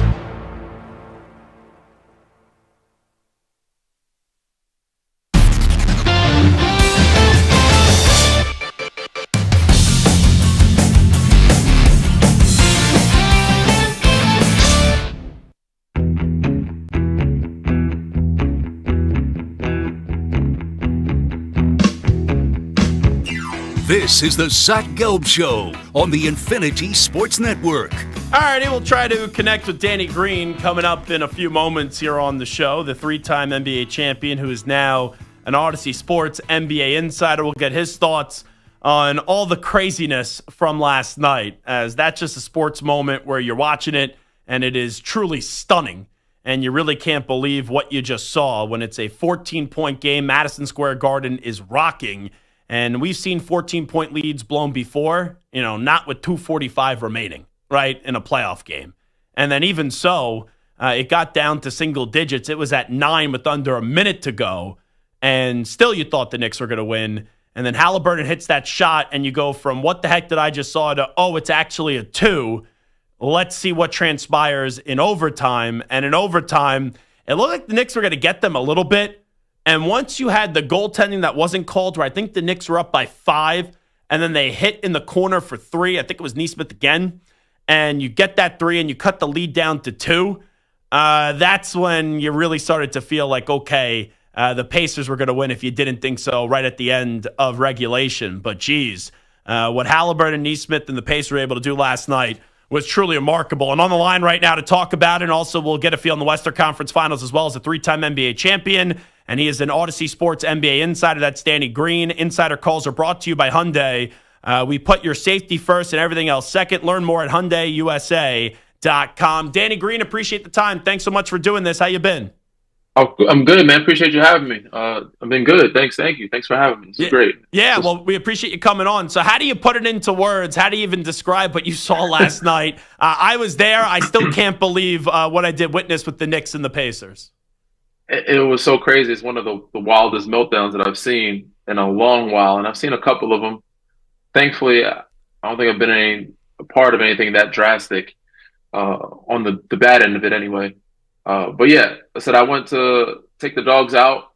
I took the little one, put him in the bath. I'm like, Knicks are up like 12-14. I think this game's pretty much over. Next thing I look up, I'm like, oh, this is the game. They're about to go over. They're about to smoke this game. Turn the game on, and I'm like, they're about to go into overtime. And I saw Hallie hit the shot. I was like, oh, first when he shot it, I thought he missed it. Then it bounced in. I was like, oh, I think they just lost. So it was a wild range of emotions. It was crazy. And once I knew it was overtime, that Indiana had the momentum, I knew it was kind of curtains for them. And that's a game that they needed to win. Cat played really well. Jalen played really well. And you front loaded with your starters. You cannot lose that game, because they play so many minutes. You're not the deeper team. So, and the pace that they're playing at is not favorable to New York. So that's a tough one to lose. Like, I hope that mentally they bounce back okay, because that's one that one hurts your pride. You talk about the pace, and that was clearly a factor towards the end of the game. How do you flush this? Because if you're a Knicks player, right, you have to sit through it today, and then you get a game tomorrow. But it feels like the series is on the line tomorrow, because if they go back to Indiana down 2-0, this goes from being up 14 and thinking you're going to win game one to then, oh my God, you may not find a way to get 4 in this series. I mean, well, they had the game. They were up, 17, I think, if I'm not mistaken. I know they were up 12-14 for sure. 14 with 2:45 to go. Yes. So they had a lead. It's just about making sure that you don't allow them to get free. Like, you got to watch a lot of film, see where they made mistakes, see what the turnovers happened, the missed shots, where they had opportunities to even slow the game down, where they could have fouled and they got, instead of giving them threes, the 3-pointers they gave up. So watch a lot of film, but just reiterating, this is where we need to be playing at. This is the speed that's going to help us. We cannot get up and down with them all game. We can do this in spurts. We can do it in phases, pick and choose when we want to run. But we playing in the 120s, that is not favorable for us, especially in a 7-game series. So I think they'll be okay. They have some good vets there. They have guys that have been in that situation. So OG's been around for a while. Mikal's been around. Jalen, Cat, they all got 8 plus 10 years or so in the league. So they're veterans enough to flush it and let it go, but just have to watch a lot of film and just keep reiterating, where they need to be living in, the space they need to be living in. How about Halliburton? Because not that long ago, he was voted by his NBA players as the most overrated player in the league. Yeah. He's had several of these moments. This isn't just a one-off. He's been unbelievable in the playoffs. Nah, he's having that stretch again. That stretch where people, had him in high. Like, he's a very good player, right? It's just that people expect him to play that way his whole career. If he played that way his whole career, he'd be one of the greatest point guards to ever lived. But that's just not feasible. It's not hard to. It's hard to do. It's not feasible. It's not realistic. So he's having a moment right now. He's playing in that space where he said he's playing unbelievable, confident, unconscious, where he was getting 20 and 30 assist games. Like, it was like a year and a half ago, where in the beginning of the season, before the hamstring, he was playing unbelievable, out of his mind. And, people were like, he's one of the best point guards ever. And then from there, he didn't, his shooting wasn't that good. And they're like, oh, he's a little inconsistent. He's not the guy that we thought he was. And then people were upset that he made the Olympic team. But he's showing people why he's not overrated, and that, like, why they had him in that space to begin with, because he has moments like this where it can last a month or so, where he's one of the best players on the floor, night in, night out, against some of your favorite players. So, and when it can win you a series, it can get you, the way he's playing basketball, he can get his team to the finals. So, he's proven he's not overrated. Danny Green here with us. And by the way, Insider Calls are brought to you by Hyundai. Hyundai helps protect you and your family on the road. We put your safety first and everything else second. Let's get out to the West. You look at Game 1, the Oklahoma City Thunder, the second half were just the machine that they've been all throughout the season. A lot of attention, obviously, now on Anthony Edwards, who many people think could be the next face of the league, but he wasn't that aggressive in the fourth quarter and had 0 points. What do you want to see tonight from Anthony Edwards as they look to even up this series? I've been saying this all playoffs, and most of the year, is that he's got to find a way. Finch has got to find a way to put him in position to not just accept the double team and be doubled and just give the ball up and rely on other guys to make the plays for him. How Steph does a throw and go, he does a rescreen and get out the double team or beat the double or find ways to counteract it. He has to get more of that, or be in places where they can't double as easy and where he can find easier plays to make for his teammates. So I want to see him be more aggressive, but I give a lot of credit to OKC. Honestly, I think Minnesota has overachieved in my book at this point. Like, I didn't see them as a Western Conference Finals team. But they are a team that can definitely make this tough on OKC. I just think they're outmanned. But they got to put Ant in better positions. He's got to be more aggressive, and I want to see them make it a series. So yeah, like I said, he's got to kind of try to put the team on his back, and he's capable of doing it on both ends of the floor. But ultimately, OKC is just the better team. But they show vulnerability, they show inexperience. So you can get 1 or 2 wins just off that alone. And then, you have Ant and Julius playing great games. You can will another one. You can force this to where they get tight, and it gets to a game 6 or 7. You got a chance that you could probably sneak out. But ultimately, I had OKC in the series because they're just a better team. Are you good with SGA winning the MVP, or did you think it should have been the Joker? I'm not a fan at all of co-MVPs, but if there were ever going to be a year, I thought this would be the one. I honestly thought Shea should have got it last year, and Joker should have got it this year. So I guess it worked out in one way or another. But I think they both are very worthy of it this year, and this could have been a co-MVP year for sure. Going around the rest of the NBA, a few more moments here with Danny Green. A lot of talk about the future of Giannis Antetokounmpo. Do you think he should request a trade? Do you think it's time for him to leave Milwaukee? I think it's time if he wants to win. If he wants to, because he's not going to win, especially with Dame being out all of next year. Dame is older now with that Achilles. Jason Tatum is younger, so he could probably come back a little faster and be himself. Like Dame's. He's a little bit older. It's going to take some more time, and so he won't be back until after All-Star break, even if he did get back. But he won't be the same guy. So if you don't have Dame, you're not a championship contending team. And if you're trying to win, you're not going to do it in Milwaukee. So you got to look other places. But, the owner and the front office said they're not looking to make fair deals to make it comfortable for Giannis. They're going to do what's best for the organization. They did give him the max extension, which they should. This is a business move. Yeah. For them, they're going to do what's best for the business. So, and obviously they won that championship before, but it's like now I just don't see what the move is here where they could put themselves back in that championship contending destination. Like that's the tough part.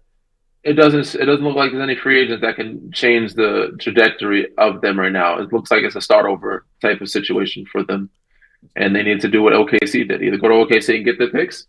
Go to Houston to get players and picks, but you need to get some young youth talent and picks to ultimately refresh and start over. Your Chris Middleton's gone. Your Drew Holiday is gone. You got some people in replace, but they're not what those guys were. So, and Dame is hurt now. The guys you've replaced them with. So, all you have is Giannis left. And Giannis, as good as he is, he can't win a series or playoff or a championship by himself. Yeah, I think it would be interesting maybe if they hit up the Spurs. I know you're a former Spur, Danny Green, with us. Yeah. The second overall pick, you maybe get Castle or Fox, and then a few more picks, and you have Giannis and Wemby, then whoever remains between Castle and Fox. That'd be intriguing to me. I think there's a lot of fruitful opportunities in all of the Texas teams. Houston, San Antonio, and even Dallas. They have picks, they have players. They have a lot of things you can receive back if you're Milwaukee to look at, which I'm okay. And obviously Giannis wants to go there, but because he's looking at a tax-friendly state. In Florida, there's not much there going on. In Memphis, Tennessee, there's not much there that you're going to grab in return, unless you start over with Ja and Jaren and just try to but I don't see that happening. And I get to the other teams that you're looking at in Texas, Houston, San Antonio, and Dallas, and they have some pieces and picks that can kind of flip you pretty quickly. You could probably rebuild it within a quick 2 or 3 years, You mentioned Dallas. Like, if you're Dallas and you could get Giannis Antetokounmpo, would you give up the number 1 pick? Would you do that? Would you part ways with it? I would, especially if you're in a win-now situation. If you want to win, I think Cooper Flag is a great player. I don't know if he's win-now ready right now. But I think Giannis is more stable. It helps take pressure off AD, takes pressure off Kai. Now all you do is try to draft the point guard, somebody, another that can go alongside Kai instead, or you can even get Tyus Jones for a minimum in free agency. Like, you can find a point guard somewhere that can keep you stable. But yes, I would, especially if you said Nico's let it be known his windows, the next 3 or 4 years, and that's all you have AD and Kai for, being at their best. So if you want to win in the next 3 or 4 years, I'm parting with the number 1 pick to get Giannis. Last thing I'll ask you, just going back to the Halliburton shot last night, and I know it didn't end the game, but it got it to regulation, and it was unbelievable. It should have. It was such a great shot. It should have ended the game, but yeah. Did that remind you at all? I know you were on 3 championship teams. Did that kind of remind you a little bit like Kawhi's shot up against the Sixers? It definitely did. Oh, but luckily for us, that was for the game. We didn't have to go into overtime. So we didn't waste all our energy celebrating. But very much similar. But that one went straight in. Kawhi's it seemed like it took forever in the building for 4 it to bounces, go in. I think it was. But yeah, I'm sure people in that building in the Garden were like, they thought it was out, and then they were celebrating, and then it dropped in. They're like, oh shit. Yeah. So yeah, it's probably that moment. And that was exactly right. I was there last night. Everyone turned to the left. And everyone was like, oh, wow, the ball's up in the air. They won the game. And then you just see the Pacers run the court, and you had no clue what ended up happening. What happened? Yeah, there was definitely a lot of curse words that were flowing last night. That's Audacy Sports NBA Insider Danny Green. Insider calls are brought to you by Hyundai. We put your safety first and everything else second. Learn more at HyundaiUSA.com. Danny Green, thank you. Appreciate it. Appreciate you, man. Thank you. There you go. Danny Green joining us on the show. It is the Zach Gelb Show on the Infinity Sports Network. How about that? He would give up the number 1 overall pick to go get Giannis Antetokounmpo. Wasn't it Jay Will? I think it was Jay Will who said that on ESPN, and he got a lot of blowback for that. I didn't think it was that crazy to suggest it, though. You know, I remember I had that on the rundown right after it happened, and Sam was like, Jay Will got a lot of blowback for it. And I'm like, who cares about that? But I still think the Spurs would be fun for Giannis, and I do feel as if Kevin Durant is going to wind up with the Houston Rockets. You know what? Another team, I talked about this, the Celtics. The Celtics, too, if they want to break up that core of Tatum and Brown, maybe, and you kind of have a punt year with Tatum not going to be available next year, maybe you just get rid of Jaylen Brown and you get Giannis Antetokounmpo to the Boston Celtics. All righty, we will take a time out. If you're listening on the YouTube stream and you get offended by a few of the curse words that Danny Green said, one rhymed with hit. That was said like 2 or 3 times on the radio. You didn't hear it. But you shortchanged him of a title. I almost had a few curse words. What do you mean? North Carolina. Oh. Hey, it still counts. Yes. But at first I was like, what the heck are you going with that? Anyway, we'll take a break. Let's toss it over the latest update. Here's Zach. Infinity Sports Network.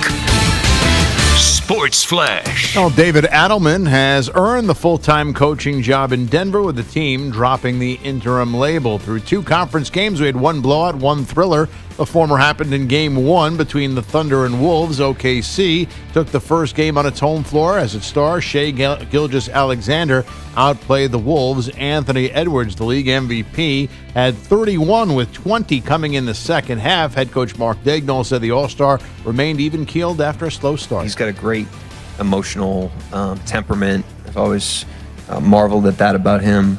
He was 2 for 13, I think, at halftime or at one point in the game. And he just keeps himself in it. You know, he doesn't get emotional. He just plays the next play. I thought he was really in attack mode tonight.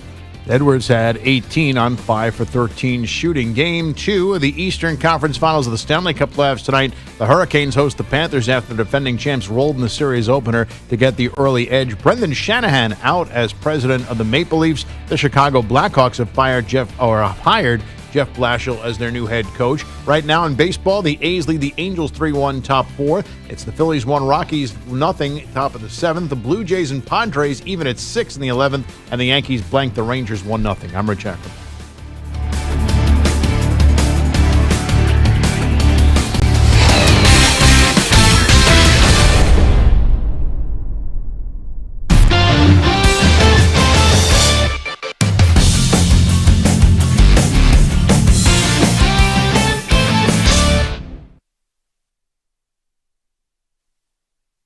You're in a 5-minute break.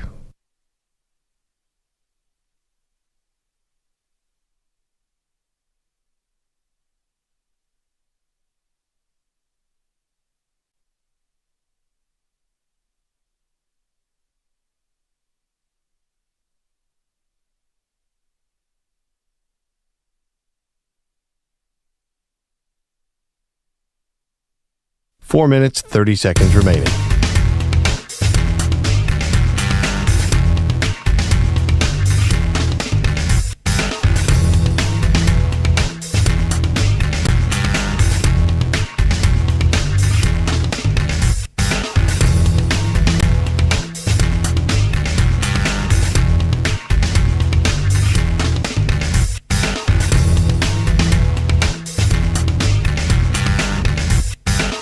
4 minutes remaining.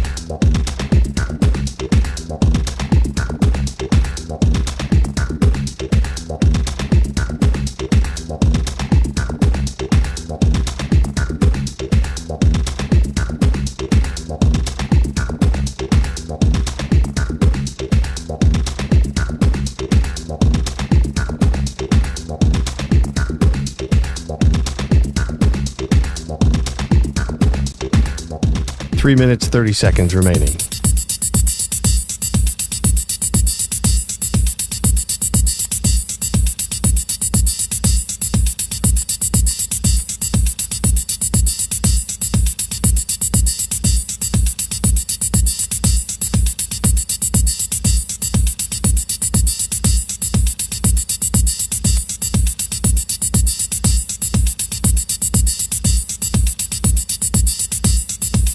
Three minutes remaining.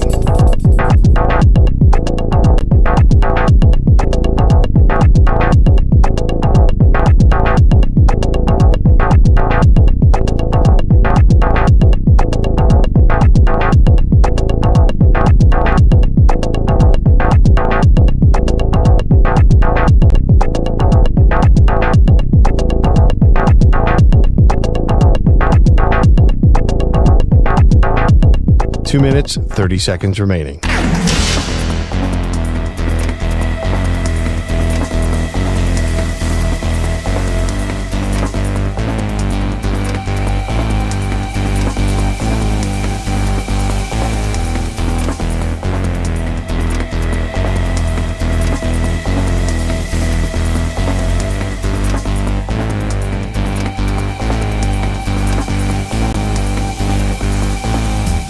Two minutes remaining.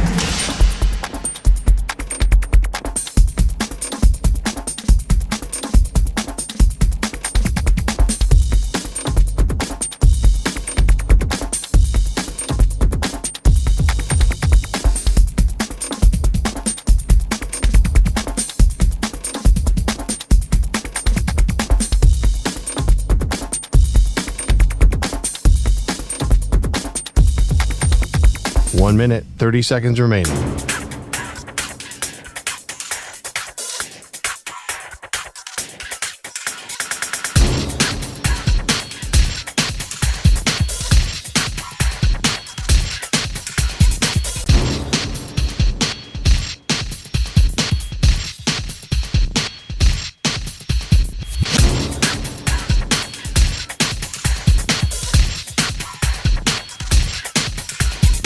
One minute remaining.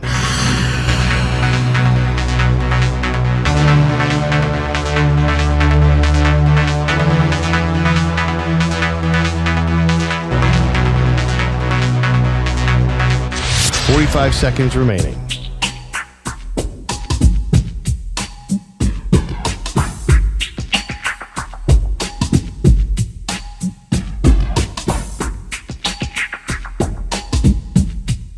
Thirty seconds remaining.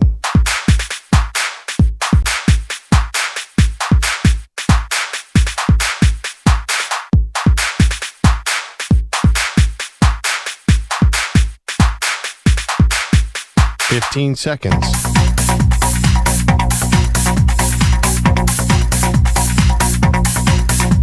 Break ends in 5 seconds.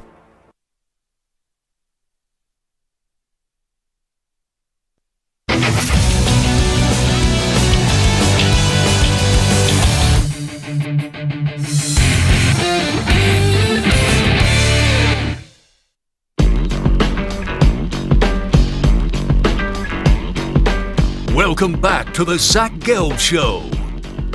This portion of the show is brought to you by Ethos Life, the easy way to get life insurance in 10 minutes, up to $2 million in coverage. With no medical exam, just a few health questions. Get your free quote at checkethos.com.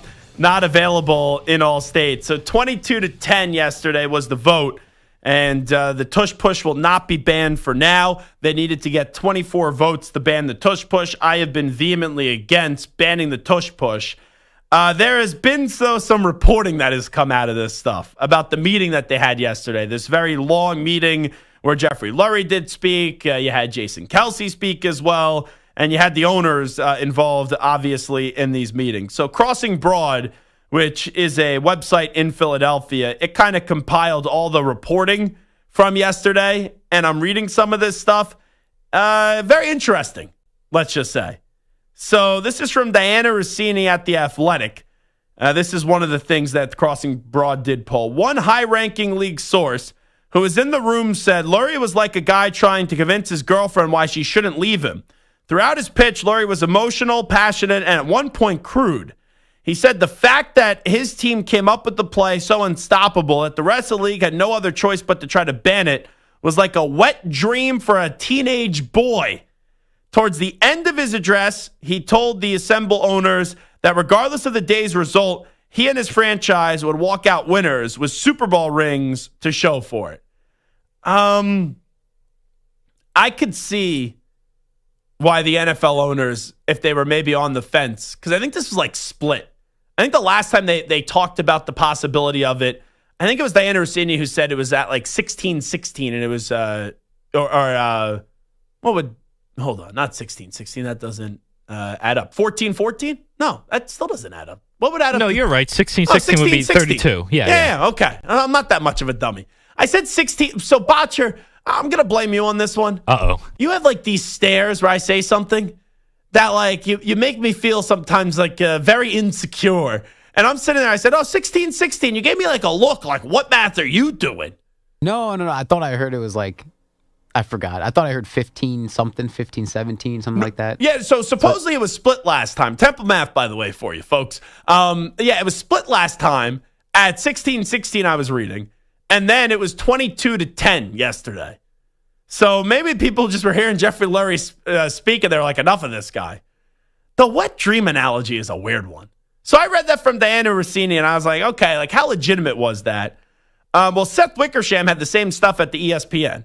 Towards the end of a speech that lasted close to an hour, Lurie made an analogy telling the room that regardless of whether the play was banned, it was a win-win for the Eagles, adding that it was like a wet dream for a teenage boy. So there you go, the second time we had that. To create a play that was so successful that only way for it to be stopped was it to be banned. After Lurie finished speaking, Troy Vincent, who's a part of the NFL, obviously used to play, and he is now with the NFL. He chastised the Eagles owner for the wet dream comment, specifically for saying it in front of women in the meeting. You know, that's a weird way to say it. Hey, we're so good at this stuff. It's we came up with this tush push, and now everyone wants to get a ban because you couldn't. This is like when I was a 14-year-old and I had a wet dream. A little bit bizarre there by Jeffrey Lurie.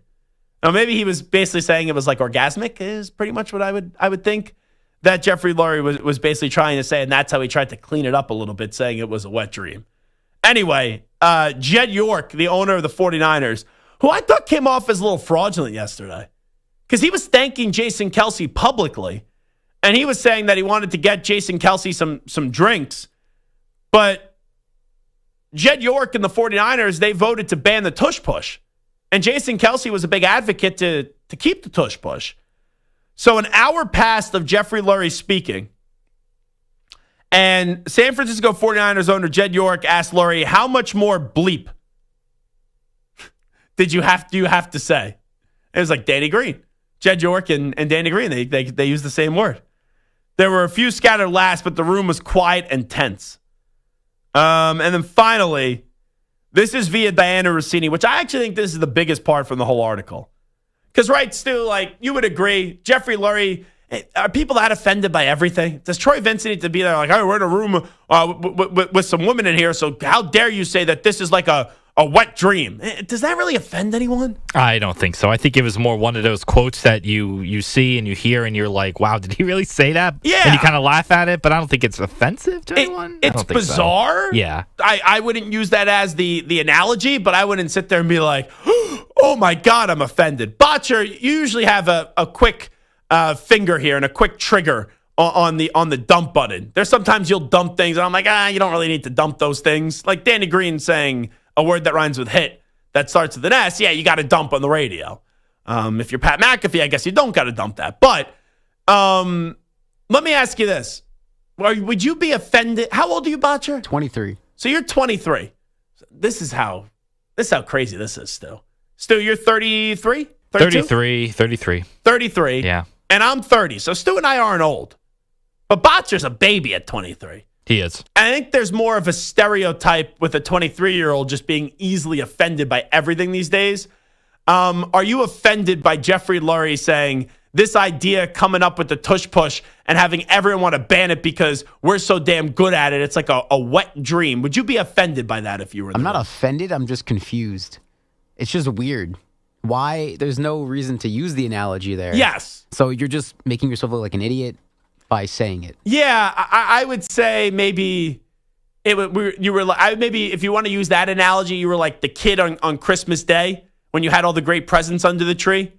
And either way, like whatever you're going to unwrap is going to be great here. You walk out as a Super Bowl champion with a great present. If not, you have a Super Bowl championships and your rule's still with you if they don't end up banning the rule, which they didn't. The wet dream thing was weird.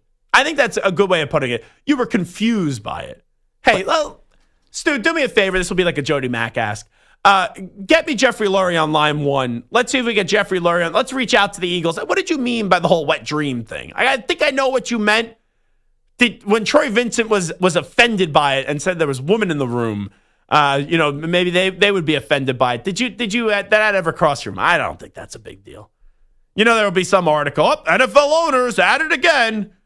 At the boys club, the good old boys club, right? Using wet dream jokes and things like that. Yeah, it's just a weird joke. But anyway, Diana Rossini at The Athletic, she actually probably had the best reporting on this. And I think this was a big part of it. And this is something that I talked about where I thought why the Green Bay Packers, for 2 reasons, really did look cowardly.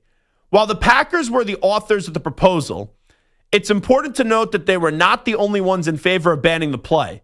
The majority of the league voted in favor of the Green Bay's proposal. Commissioner Roger Goodell finds that play ugly. High-ranking front office sources from 4 NFL teams said they felt the Packers were used by the league because of their lack of a principal owner. With Green Bay's name on the tush-push proposal, other teams and their owners could throw their support behind it without a single owner being targeted by those who oppose it. So 2 things there. Number 1, I don't think that you were going to have a crusade led by Jeffrey Lurie, basically just exposing all these owners that wanted to vote against the tush push. I don't think he would sit there and he would just slam the owners in terms of calling them out individually, like by name. I don't think he's going to sit there and go, oh, yeah, Jed York, how dare he suck up to Jason Kelce publicly, but then privately have his franchise vote against the tush push. I don't think that's going to happen. But I do think there were some owners that go, oh, this is Philadelphia. The Eagles fans are so passionate about this. We just don't want to have to deal with the blowback of Eagles fans. And if that's the case, then you have a lot of cowardly owners. But I do think Goodell wants this out, and I think that's crystal clear. And I don't know, Stu. I think it's kind of lame that I do think there was some back-channel communication here. Oh, we want Green Bay to propose this because they don't have a point owner, right? But just with how they're structured, it's not like, oh, the Eagles, right, Jeffrey Lurie. The Chiefs, the Hunt family. The Patriots, the Kraft family. The Steelers, the Rooneys, the Giants, the Maras, right? The owners in the NFL. Goodell basically saying, hey, president of the Packers, we want you guys to really come up with this. We want you guys to come up with, here's the test. I'm giving you the answers to the test. Now you just got to fill it out in the Scantron, right? You just got to fill it out on the paper. But we want you to do our dirty work because we don't want to put any of our owners at risk, or we don't want the commissioner to kind of get exposed here. I don't know. So that kind of rubs me the wrong way. I don't like that. Like, be a man. Put your name on it. I think it's kind of weak to just hide behind. You know what? I think we should get Bart Winkler maybe on the show. Ooh. Because Bart is one of the minority owners of the Green Bay Packers because he does have some share. Yes. And he does have some stock in the Green Bay Packers. But that's kind of lame. That is really lame. That Goodell, and I've started to accept that Goodell's the best commissioner in sports right now. The worst is easily Adam Silver. Then Manfred, who I do not like as well, he's at 3, but at least he's got the pitch clock going for him. And I think implementing the shift, banning the shift was good. And then after that, I do think Gary Bettman's 2, and then Roger Goodell's 1. But when Goodell wants to be slimy, Stu, he could really be slimy, and that's a new one. Oh, Green Bay. And it's one thing if I just throw it out there as speculation, but Dan Rossini has it as a report. When Chase Daniel probably heard that one on their podcast, he's probably like, oh, really? Whoa, okay. Chase Daniel, man. But that report by Diana Rossini, Stu, very, very slimy. By an older me, or it would be a younger me. A younger Zach Gelb who really hated Roger Goodell. He'd be calling him a snake and a rat. That's the snake, the ratty Roger Goodell. Just slithering his way, trying to get this rule overturned and using the Green Bay Packers and their loyal fan base to basically try to get it done just because of their ownership situation. That does not sit well with me. Yeah, it's not great, especially using the Packers like the one team that doesn't have an actual, physical owner. Yeah, I don't like that either. So that's the main reporting. Jeffrey Lurie compared the tush-push vote and whatever would happen as a wet dream. Okay, all right. There was absolutely bumping and grinding. Is that Jody? There was absolutely bumping and grinding. Bumping and grinding. That's amazing. There was absolutely bumping and grinding. That wet dream that Jeffrey Lurie had. Let me tell you. It was like when I won at the track 30 years ago. I had an exacta. $2 bet. Won $4,500. That's a Mac Daddy tweet of the night. Jump. Oh, my God. I wasn't expecting that as a drop. So that's the big takeaways from all these articles from Rossini and Wickersham. The wet dream stuff. Jed York basically saying, all right, wrap it up. Like, let's go. All righty. Come on, Jeffrey. And then you did have the whole Green Bay Packers getting used here by the league. All righty. That will do it for hour number 2 of the Zach Gelb Show on the Infinity Sports Network. We still have an hour to go. When we do come on back, we're going to start back up with College Football Fix. And we're going to go to Louisville. And we're going to talk to Jeff Brohm, the head coach of the Louisville football program with the Cardinals. All right, coming on back.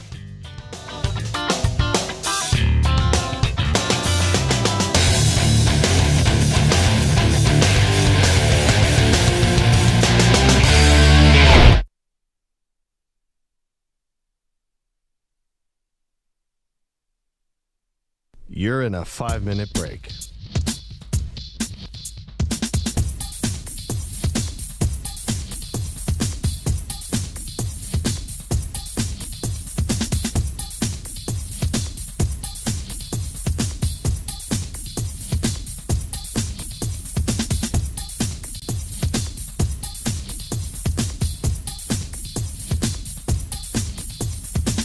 Four minutes, 30 seconds remaining.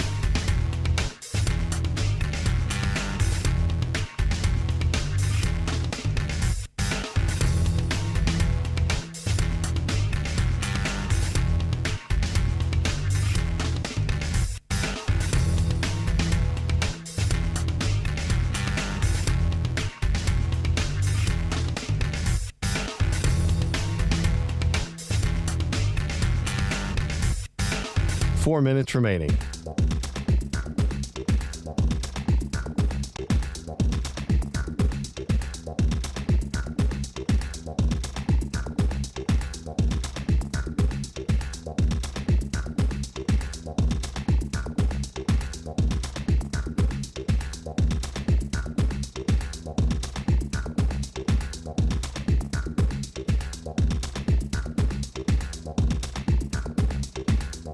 Three minutes, 30 seconds remaining.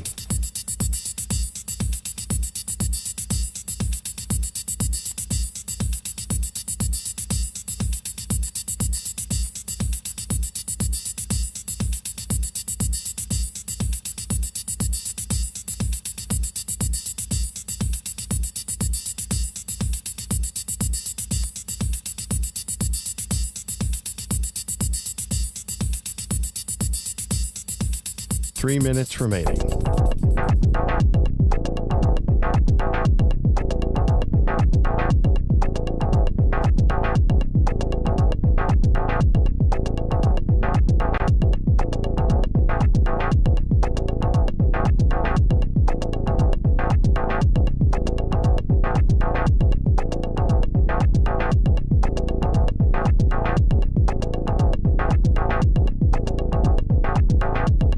2 minutes, 30 seconds remaining.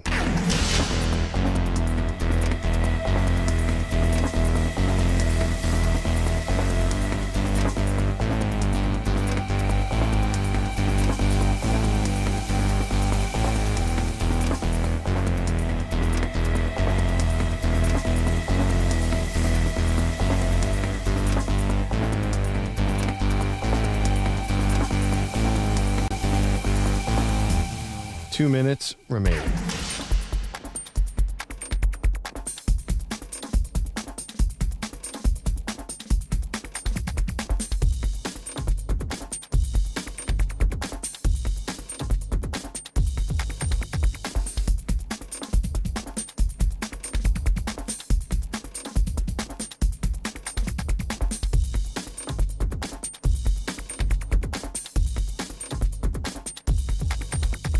One minute, 30 seconds remaining.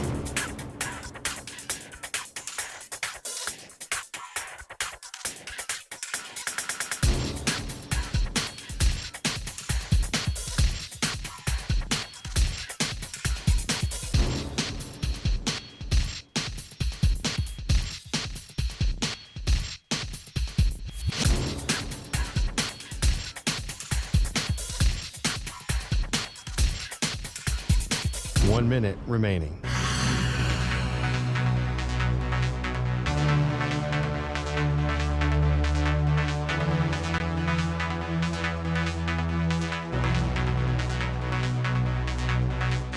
Forty-five seconds remaining.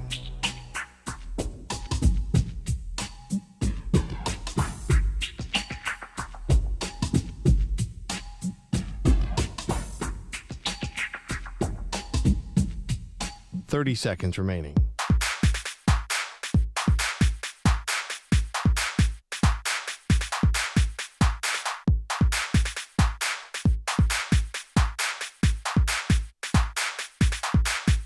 Fifteen seconds.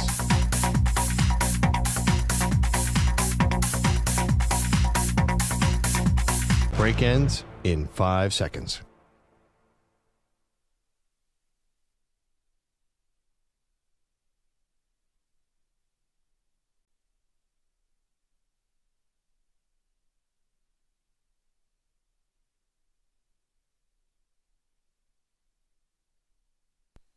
To infinity and beyond. He's live. He's nationwide. This is the Zach Gelb Show.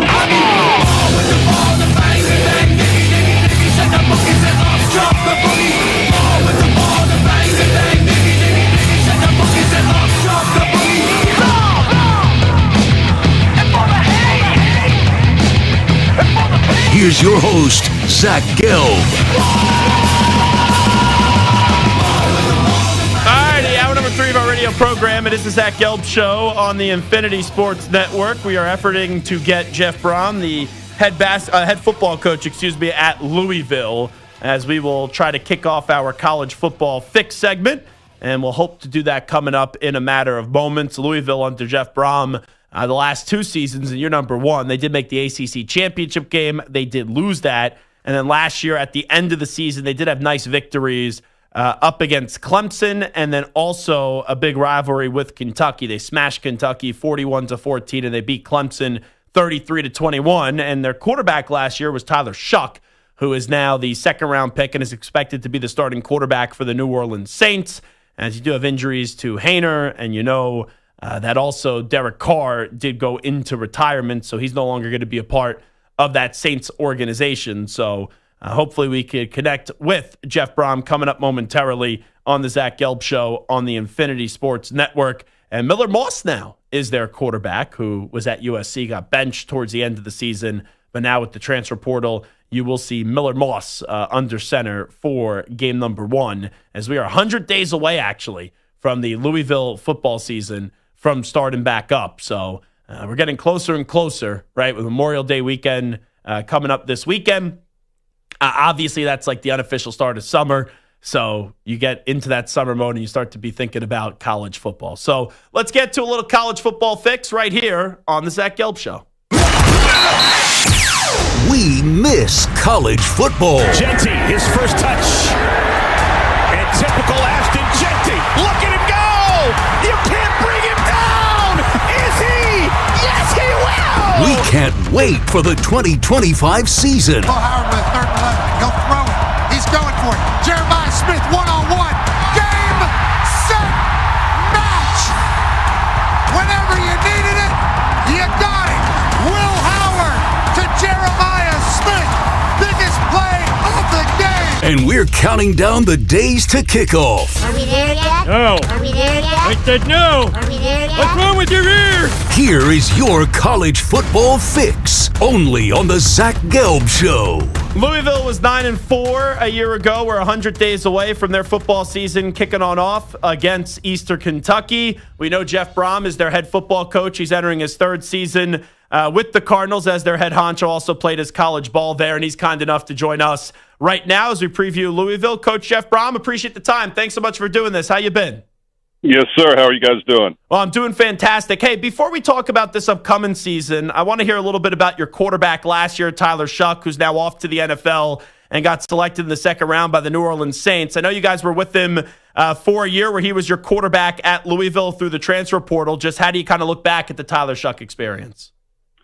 I thought Tyler did an outstanding job for us. He really came in. He was hungry. He wanted to prove himself. I think, he'd handled some adversity along the way. He'd been a starter. He'd been benched. He'd been a starter. He'd been benched. He'd been injured. Just some things didn't go his way, and he wanted a chance to prove himself and improve his stock. And I think, we worked hard to try to get that done for him. And I thought he played some really good football. He was a good leader. He worked hard. He could throw in the shotgun. He can throw in the center. He can throw on the move. He has more athleticism than you think. We didn't ask him to run the ball because we wanted to keep him healthy. So we were a little more of a pro-style system for him. He fit in great. He did a tremendous job, and I think he'll have a great career. How do you think that transition will be? Because he is 25. Like you said, he's had a lot of college football experience. Unfortunately, suffered a few injuries, but he's got all the tools, and that's why you saw him go in the 2nd round. How will that transition, do you think, will be for him as he could be the Week 1 starter for the Saints? Well, that's the way it looks. I think if anybody can do it, it's Tyler. I think anytime a young rookie starts, there's going to be some ups and downs and some bumps along the way. But I think this young man works hard. He's going to pick up the system. He's smart. He can do things, and he has, even for us, that he's going to be asked to do at the next level, where sometimes when you come in there out of college, you're not quite used to running things a certain way, and things get on you fast, and you're not used to handling the run game and protections and doing all those things and going through a progression the proper way. But he picked up things fast and did it well. And I just think that, he's a big, strong quarterback with some athleticism. He's got a good arm. He's accurate. And I think he really wants to play well. So I think in that system with Kellen Moore and what they're doing there for the Saints, even though, maybe some things around him aren't quite at the level that they want, but I know they've got some really good players, and I know he'll step up and do his part. Jeff Brohm here with us. He's back home, obviously, his 3rd season now with Louisville as their head coach. Your next quarterback up now is Miller Moss. We've seen a lot of him going back to his time at USC. You get him in the transfer portal. Why do you think he's going to be the right fit for your program? Well, we really like Miller, and I think he's come in this spring and done a good job.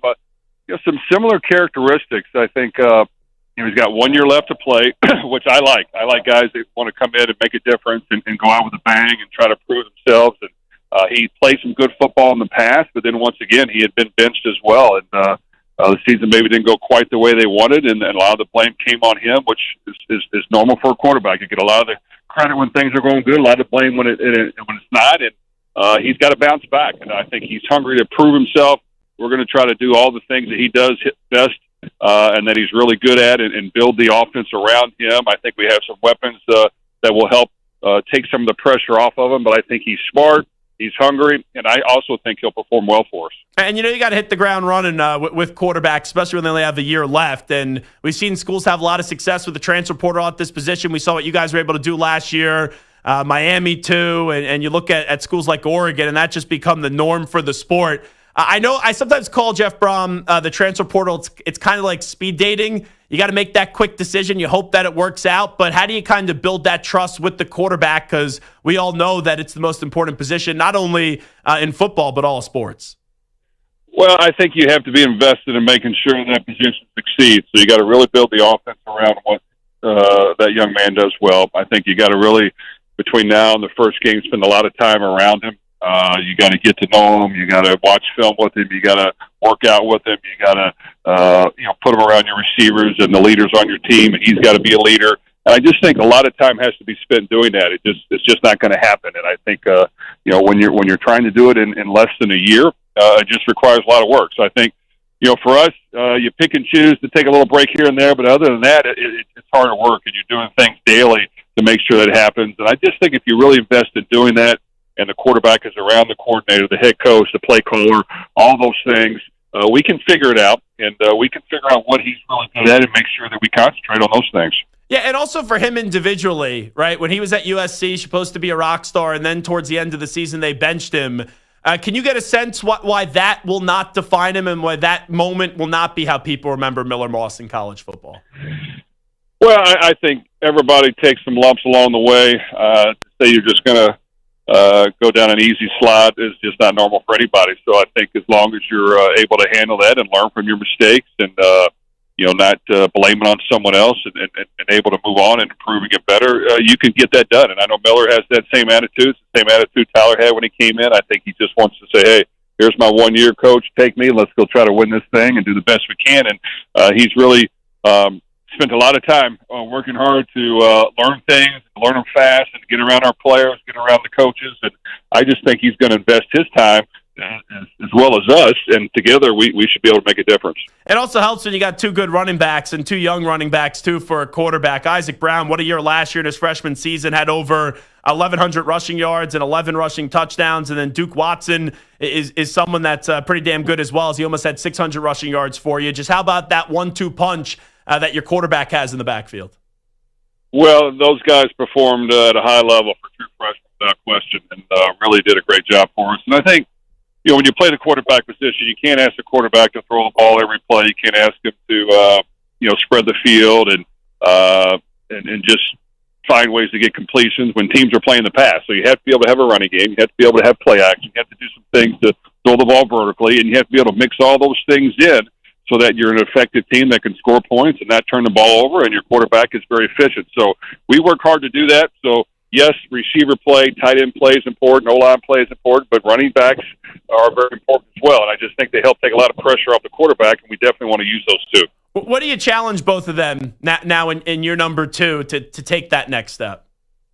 Well, we right off the bat talked about the sophomore slump and understanding that, yeah, you came in hungry, you performed well, but I'm telling you, if you let up one bit, it's going to bite you in the rear end. So we've got to make sure that they continue to progress in the weight room, get stronger, learn pass protection, learn the nuances of all those things, improve their hands, protect the football, find ways to keep that same wiggle and speed and explosive to the hole and run through tackles. I just think you have to work at it. You can't assume that they're going to perform at that level again. You got to really get back to the basics. You got to identify some of the things that they need to do better and make sure you work on them daily and give them a plan so that they can find ways to improve and set goals for them where it's realistic, but it's also identifying some things that maybe weren't exposed truly, but yet they're not their strengths. So we got to find a way to help them improve each and every day. A few more moments with Jeff Brohm, obviously the head coach at Louisville in their third season, back with the program, and they're 100 days away from kicking off another season of Cardinals football. When you look at Duke Watson and then also your other running back with Isaac, is that like a 1-1A situation, or like how difficult is it to kind of divide up those carries? Well, I tell you, in my opinion, you need 2 or 3 running backs to get through a year. I mean, that's a position that you ask them to do a lot: carry the ball, be physical, pass protect. You can't ask those guys to play every play. So they fed off each other very well. Isaac is really fast. He's got great wiggle. He can make a guy miss really, really well. Duke, is kind of similar, but at the same time, a little more downhill, but still, can catch the football. He can make guys miss. I mean, both young men don't weigh a lot, so they just got to have that speed and looseness, and they do. But they feed off each other. They know that they need each other to spell each other. They need each other in case one's a little nicked up one week, which happened multiple times. And in that fact, we got to have 3 running backs, in my opinion, and I think we have another one in Keywan Brown that can step in and give us good carries as well.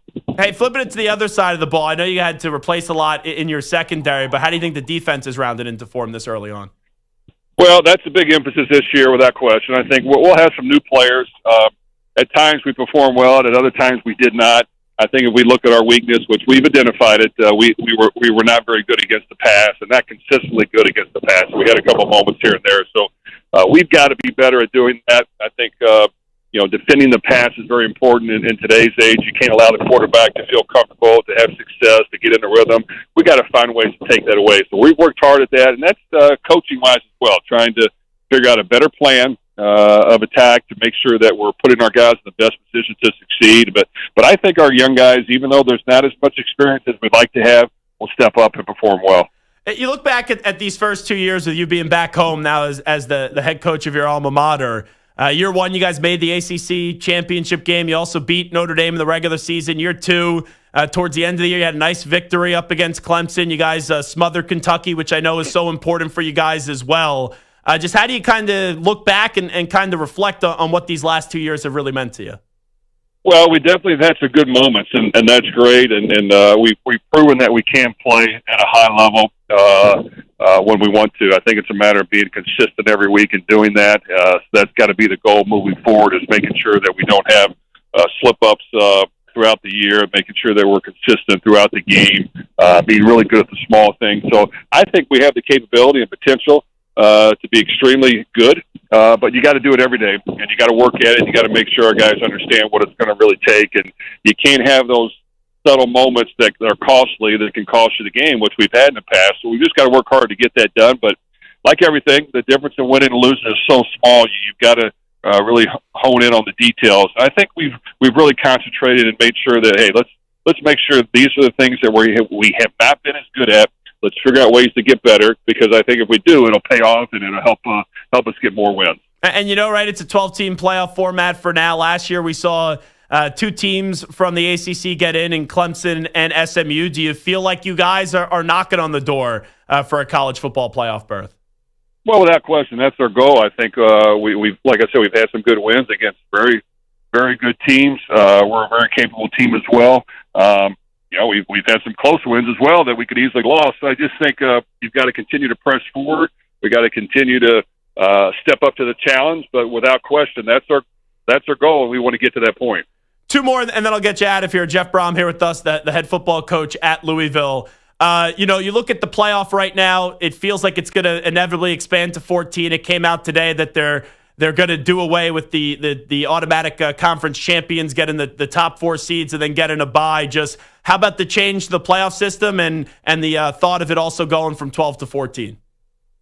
Well, I think everyone loved the playoff system. I think the more teams you can get in that playoff, it's better for the fans. It gives everyone a chance to find a way to get to the end. It gives everyone a chance during the regular season to know that there's still a lot to play for. So I'm excited about it. And I think, in my opinion, the best teams across the country should go to the playoff, and the best team will prove that they can win and prove it on the field. So we're excited about it. We like the direction it's going, and we're hopeful to hopefully get in that. Yeah, and 16, I meant to say. I think it's about to go to 16 is what has been the speculation, maybe as soon as 2026. Just the NIL landscape and the transfer portal. Everyone has these ideas, and right, we need more rules here, and it's the Wild West right now. Just I know that you got to focus on what you got to do, and the system is the system right now. But how about the current system of college football right now? Well, I think we all can identify some things that need to be changed, and we're hopeful that will happen. And I think people are working hard to find a way to get that done. Now, when and how, I don't know if we're for sure exactly on those details, but I think we all want to fix the enforcement part, the tampering part, try to level this playing field a little bit NIL-wise so that it's more realistic across the board. And, to me, as close as you can make it to the NFL where, there's a salary cap, there's equality a little bit amongst teams. It's going to make it more fun for the fans, and more fun that every team will have a chance. So we're hopeful that we get to that point. But I do think a lot of people are working hard to figure out a way to get that done. He's Coach Jeff Brohm. Coach, appreciate the time as always. Thanks so much for doing this. Okay, thank you. Have a good day. You got it. There he is, Jeff Brohm, joining us for the first college football fix of the season, as we are 100 days away from seeing Louisville return to the gridiron. We will take a break. We'll come on back, and we're circling right back to the Indiana Pacers and the New York Knicks with the crazy heroics from last night. And we'll also turn the page to a game number 2 tonight as we will try to see Oklahoma City either take a 2-0 lead or this series will be tied up at 1 apiece. You're in a 5-minute break.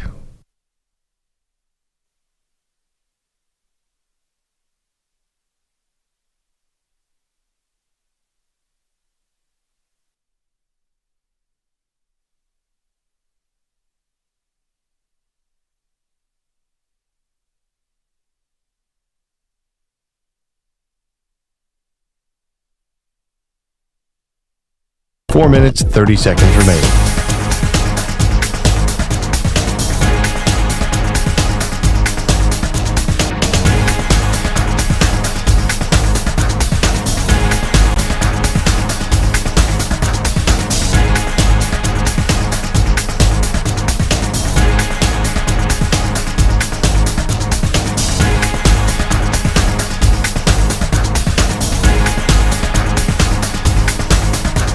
Four minutes remaining.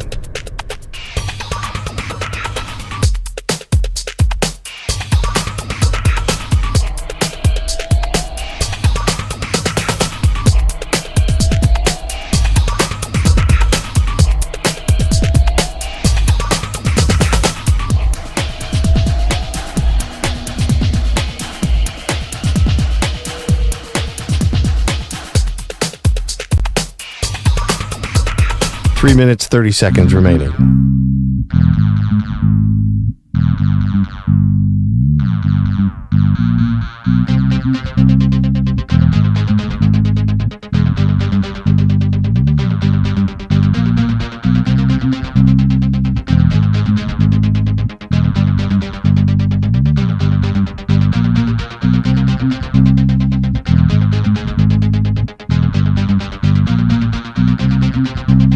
Three minutes remaining.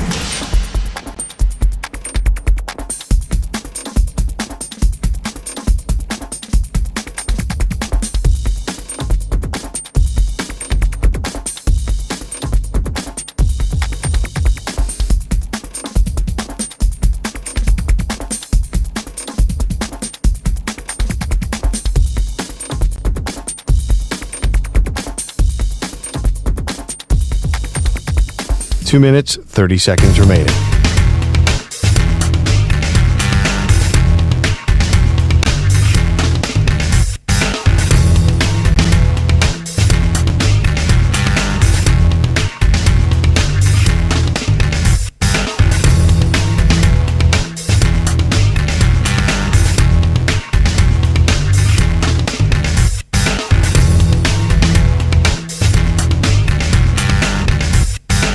Two minutes remaining.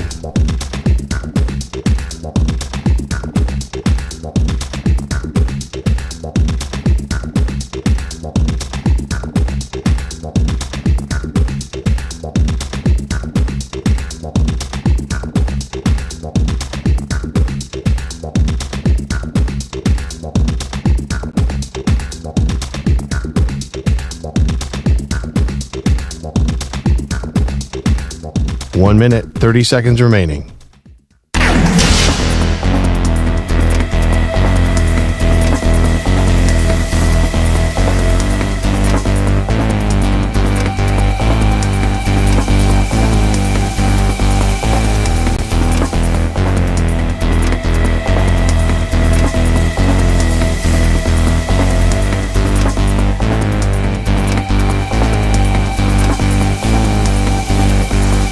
One minute remaining.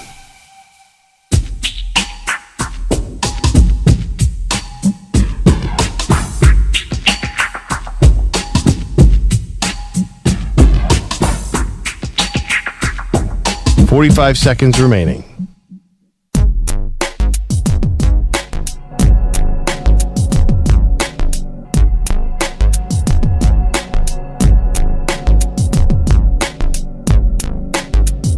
Thirty seconds remaining.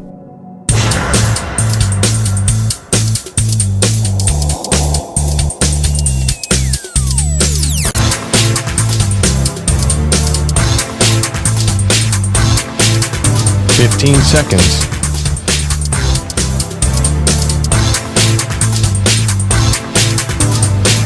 Break ends in 5 seconds.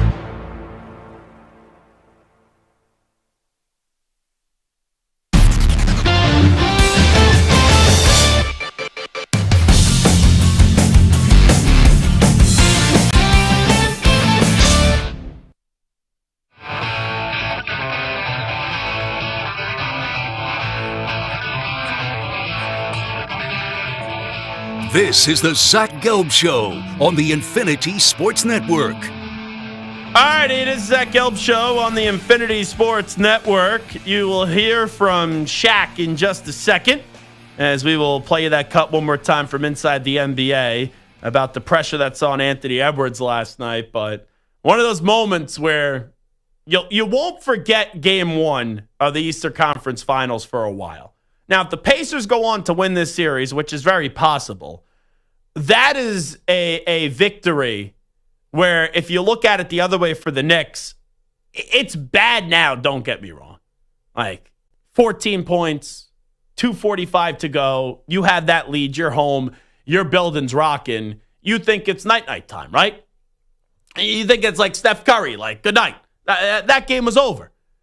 And to see how it ended, where then you had to go to overtime after blowing that lead, and then you had a little bit of a lead in overtime, and you still couldn't slam the door shut. And at the end, Brunson airballs, and then Cat gets an opportunity, and that one wasn't close either, which if one of those falls, you end up tying the game, that's just as bad as it gets for one loss. But that's the thing, it's one loss. Where if you look at the NCAA tournament this year, when you saw Duke just choke it up against Houston, with a 7-point lead with about 1:30 to play, that was it for Duke. That was the season. It was over. For the Knicks, you have opportunities here to get 4 more victories. And that's what you got to kind of do. If you're a Knicks fan, or maybe more so for the players, you got to flush that today. You got to feel the pain a little bit today, but you got to flush it, and you got to go win Game 2. Because if you don't win Game 2, and then you go back to Indiana, at worst, if you're a Pacers fan, you're probably going to split on your home court at worst. I got to think they're going to at least win one in games 3 and 4. So if that's the case and the Pacers go back to Indiana after tomorrow and they're up 2-0, well, they're going to be coming back to New York, I would think, in a 3-1 situation because I don't think the Knicks are going to get swept in this series. So tomorrow night really becomes the series where it doesn't mean that if the Knicks win that game, they're going to go on to win the series. But if the Knicks win that one and they get Game 2 with how they were the better team for the most of Game 1, you're able to survive and you're able to take that loss and kind of really flush it with the victory coming up in Game 2. It's very similar with the Celtics. Like, look at the Celtics. The Boston Celtics, when they played the Knicks, Game 1, they lost the game they had no business losing. And they did the same thing again in Game 2. And that's going to be the interesting part to watch tomorrow night in Game 2 and Madison Square Garden. If the Knicks do have a 10-point lead and it's late, how tight are they going to get? How tight are they going to get in that game? Because Boston had the same thing happen to them from Game 1 to Game 2. But I still can't believe that. Like, that's one of those losses that today you sit there and you go, how did that happen? And sure, you could talk about Nesmith, you could talk about Halliburton, and how awesome both those players are. But the open looks for 3, I think it was a 12-point game or a 13-point game with 5 minutes to go. And I know, right, we told you 14 with 2:45. And Brunson comes back in with this 5th foul. And that team just didn't look the same. And what are you going to do? Like, not put Brunson back in the game? Of course you're going to put Brunson back in the game. I think it's second-guessing. Oh, people are just saying, you should have kept Brunson out. The team was flowing. The team was going. Why would you try to fix something that's not broken? Because Brunson's your best player. I look back at that, the 2 things to me that stand out the most. It's the free throws for the Knicks. They missed too many. And then also, it's the 3-point defense. And we had Danny Green on about an hour ago. And Danny talked about the pace of the game. The pace of the game, even though it wasn't by design in terms of that's how the Pacers drew it up. Like, yeah, the Pacers want to get into the 120s, the 130s, right? They want to get into the 120s. They want to get into the, like the 117, the 118 range.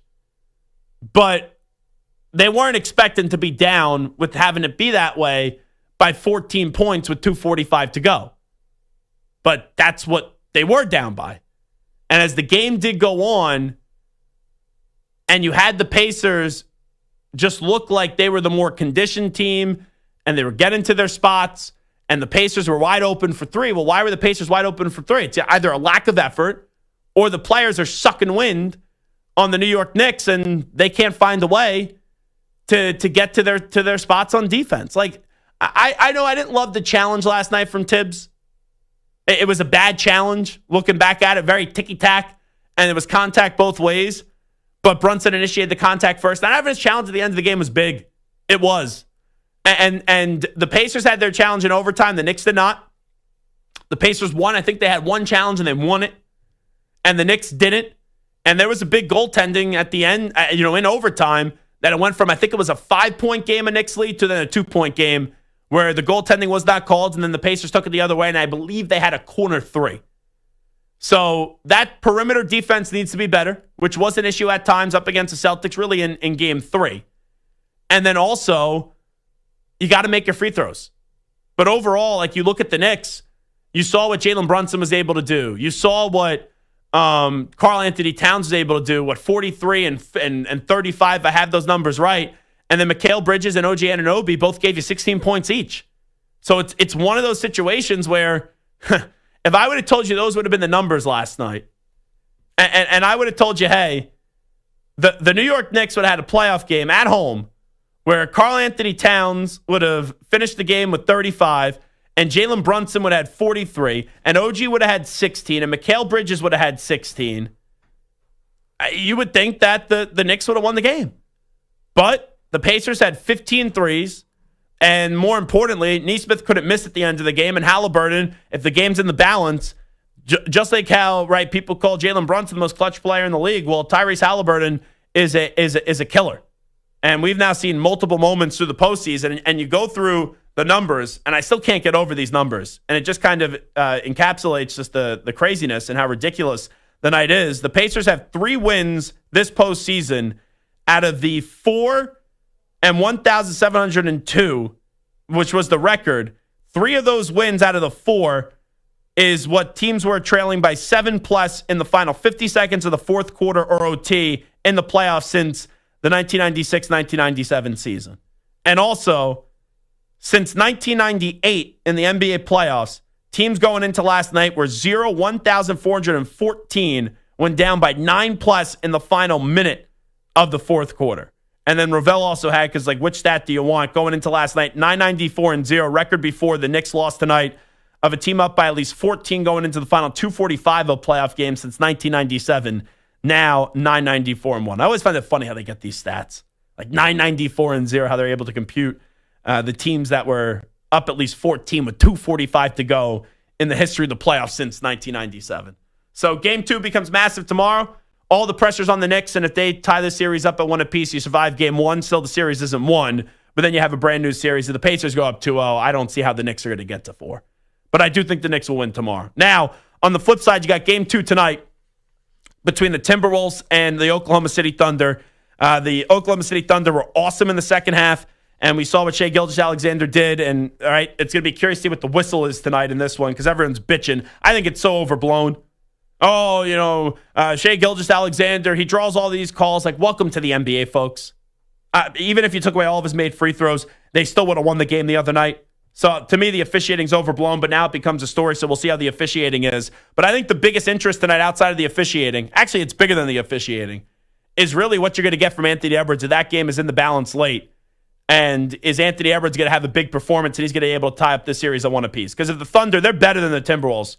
If the Thunder win tonight and they go up to, I just don't see a road, even though the Timberwolves haven't lost the game yet on their home court, and people say that's not when you really feel the pressure until that happens. I just would not see a way for the Timberwolves to then get 4 victories up against a team that quite frankly, the Thunder are just better than. But here's Shaq, and then we'll get to an ACK update. Here's Shaq. He says the pressure's on Anthony Edwards in game 2 after his 0-for in the fourth quarter back in game number 1. Growing up as a fan, you see in moments like this where players take over. Seen Steph do it. You see Hakeem do it. I've seen you do it. Seen Magic do it. I need Amp to take over. I don't want to hear I don't want to hear the defense, special defense. I need him to step up. We're talking about him being the new face of the league. These are the things that we have to go through. I need to see him figure it out. Him passing the ball in the fourth quarter, I don't like to see that. Because on the other side, Shea, when he went 2 for 11 in the first half, what did he do in the second half? He took over the game. He figured it out and he took over the game. So I'm going to need Mr. Ant Edwards to step up. I don't care what type of defense they throw at. I'll tell you, Shaq's fair. Whenever you get to big men, I know Ant's not one, or face of the league kind of talk, Shaq puts a lot of pressure on those guys to step up, and it's definitely warranted with the terrible Game 1 performance that Anthony Edwards had in the fourth quarter. We'll go back to the college football talk and NFL talk next. Josh Booty, former LSU quarterback, also got drafted by the Marlins, is going to join us here for a segment in studio when we do return. Update time first. Here's Zach. Infinity Sports Network Sports Flash. The Lions Super Bowl hopes took a big hit last year when Aiden Hutchinson went down in Week 6. This year's hopes just rose with the news today that Pro Bowl defensive end has been fully cleared for football activity. He is entering the final year of his rookie deal as well. Game 2 of the Western Conference Finals tonight in Oklahoma City as the Thunder look to go up 2-0 on the Wolves. OKC looked like it had picked up where it left off following Sunday's Game 7 win in Denver. Minnesota had a long rest in between series, and perhaps that affected them in the opener. Denver has dropped the interim tag from David Adelman and takes over as coach on a full-time basis. The Maple Leafs have fired President Brendan Shanahan, while the Chicago Blackhawks have named Jeff Blashill their new head coach, and the Hurricanes host the Florida Panthers tonight of Game 2 of the Eastern Conference Finals. Baseball right now, top of the 7th. The A's with a 5-2 lead over the Angels. The Yankees blanked the Rangers 1-0. Carlos Rodon and the bullpen combined on a 4-hitter. The Blue Jays in 11 got past the Padres 7-6. The Phillies shut out the Rockies 2-0. The Orioles and Red Sox rained out. I'm Rich Apple. This is the Infinity Sports Network. Follow us on X. Our handle is INF Sports Network.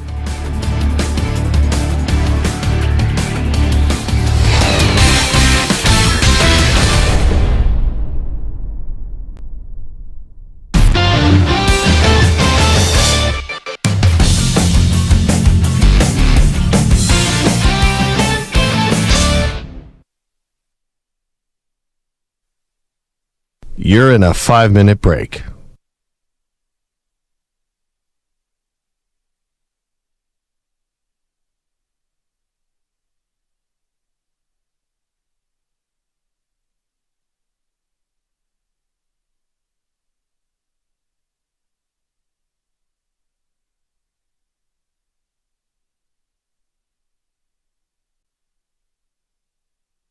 Four minutes, 30 seconds remaining.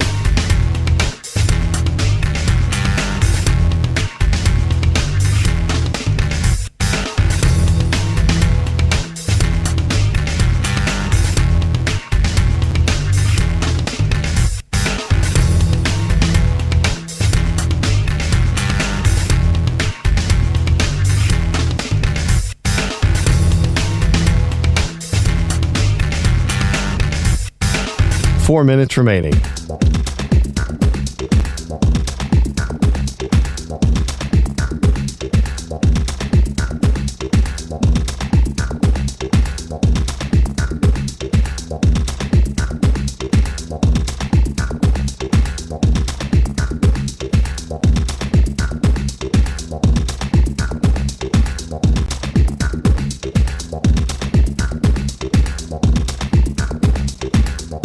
Three minutes, 30 seconds remaining.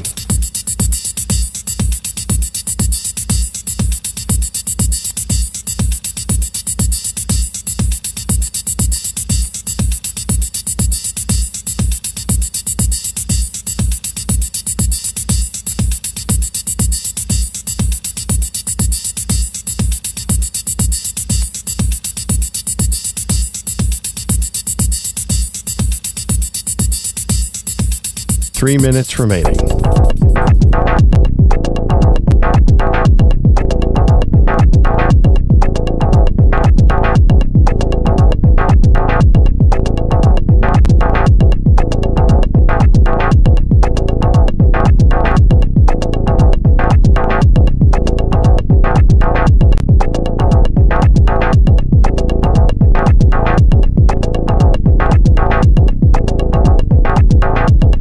2 minutes, 30 seconds remaining.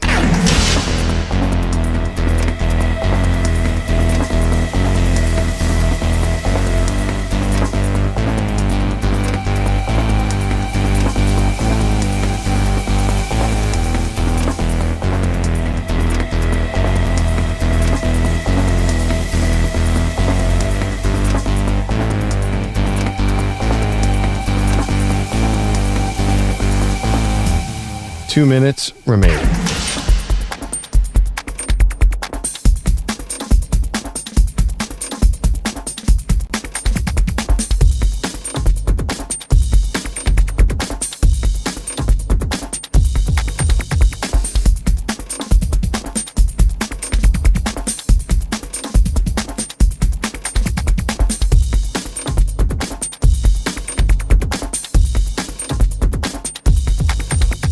One minute, 30 seconds remaining.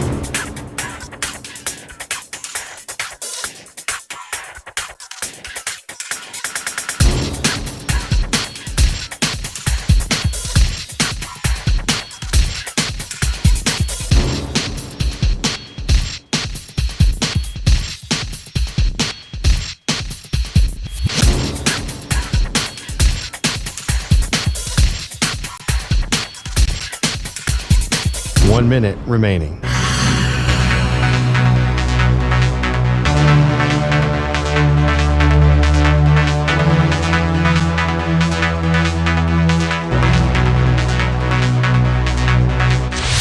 Five seconds remaining.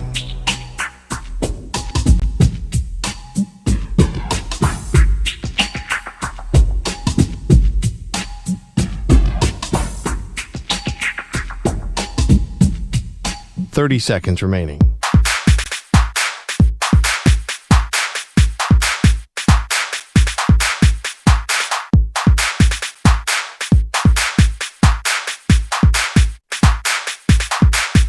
Fifteen seconds.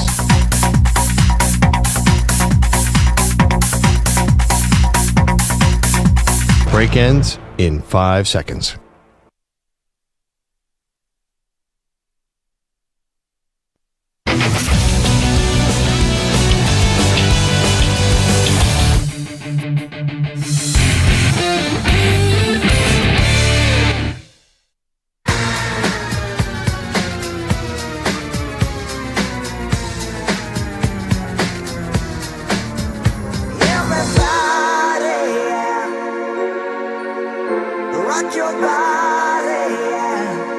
Hey, this is Howie. And this is Nick. From the Backstreet Boys. And you're listening to the Zach Gelb Show. And guess what? Zach is back. All right. He's live. He's nationwide. This is the Zach Gelb Show. All right, one more segment to play on a Thursday. It is the Zach Gelb Show on the Infinity Sports Network. We'll give you a little break right now from the NBA. I'm sure if you're a Knicks fan, you don't really want to talk NBA today with what happened last night at Madison Square Garden. If you're listening to us in Indianapolis, you're clearly all fired up about the Pacers taking that 1-0 series lead, and we'll see what happens tonight. As you do have the Minnesota Timberwolves with Ant-Man. We'll see if he shows up and has a pulse in the fourth quarter going up against the MVP and Shai Gilgeous-Alexander. But now joining us in studio, friend of the show, hasn't been here for a while, but I did see him last night out and about in New York City after I was walking out of Madison Square Garden. We did link up for a bit. Going to go do dinner tonight. That's the former LSU quarterback and also was drafted by the Marlins, and that is our pal Josh Booty. Josh, appreciate the time. How you been? Awesome, man. It's always good to be here. You and I always have fun when we're out on the town, and nothing ever good happens after midnight, though, in New York, especially after a Knicks loss. But a fun night last night, and also glad to be back, dude. It's awesome to be sitting here with you again. It's been a year or so. Yeah, no, it's been a while. So let's do this. Let's start with LSU, because now you're going into another year of Brian Kelly. They've had good quarterback play. We saw Jaden Daniels win a Heisman Trophy. Nussmeier was there last year. A lot of people are very optimistic on Nussmeier as a quarterback. What do you see being a former LSU Tiger? I like him now. His experience. He's got a full year under his belt. Of course, he's a fifth-year senior type of guy as well, which helps. He was a backup to Jaden Daniels. He learned a lot, and now he's been in Brian Kelly's system for 3 or 4 years, which is huge. And I think just knowing what a head coach wants, out of you as a player is huge. That relationship's always big. I know when I played at LSU, I tried to get as close as I could to Nick Saban. He was my head coach there, and I knew if I could build that relationship up, then it would mean more on Saturdays. And we got to spend a lot of time together. Brian Kelly now has been there several seasons, and Nussmeier's got 6 or 7 receivers this year that are capable NFL guys, and you'll see a lot of them get drafted in the next few years. So I think that's going to be the highlight of the LSU season this year is some electricity in the air with him throwing the football to all these speedy receivers. I think they got 7 guys run 4.4 or better.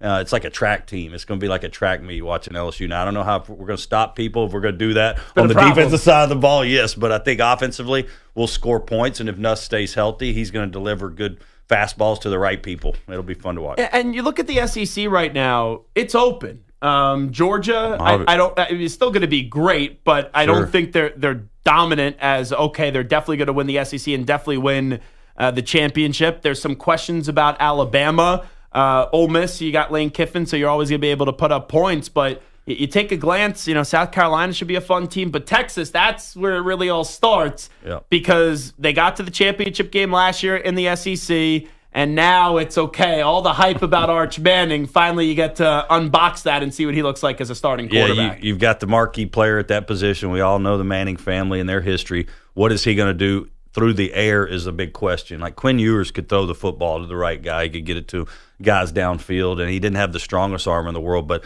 Manning hadn't had to do that yet. He was inserted into games to run the football and do a little wrinkle stuff, but can he do it down in, down out, throw the football? We know his uncles could, but can he do it in the SEC this year as a first time starter or a full time starter? Yeah. Or rather, I think that's the big question mark is if they get down, can he lead them throwing the football in big games? Like they're going to win the games that they should win. It's those Georgia games, the Bama games, the games against good teams. South Carolina's going to be good. A&M is going to have a real good team. I think they're an up and coming program. LSU, of course, is going to be nasty, and Ole Miss has got the big lefty now at quarterback that's really going to help Lane with Jackson Dart being here in New York now with the Giants. But I think it's a wide open, like you said, Georgia. There's question marks there. Can they come back and do some amazing things and take back the conference? They lost a little bit of that luster, and so it's going to be fun, man. I think it's a wide open deal. I think LSU is going to have a chance to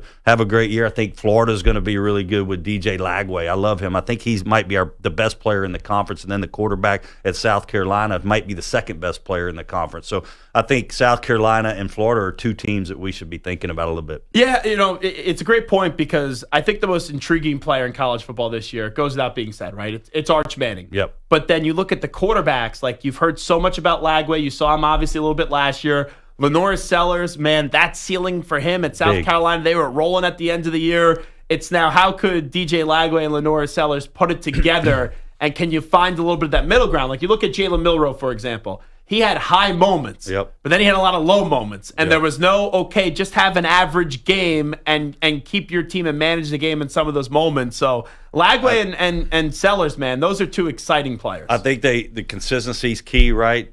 Through the pass game, understanding what you're wanting to do as an offensive player at that position, getting the ball to the right guys. You don't have to necessarily take over the game through the air because they run the ball so well too. They're like Cam Newton-ish, in that regard. So I think the balance of those offenses are going to be key. The play callers for both those teams, it's going to be key for those guys to have big seasons. I think both of those guys could be Heisman contenders at the end of the season. My son's at Clemson. They played South Carolina last year. He said Sellers is the best player they saw all year, and that was a consistent theme in the locker room too with all the players. Is that guy is one heck of a beast. So I think you just when you can do that much on the ground with your legs like Cam Newton did at Auburn back in the day.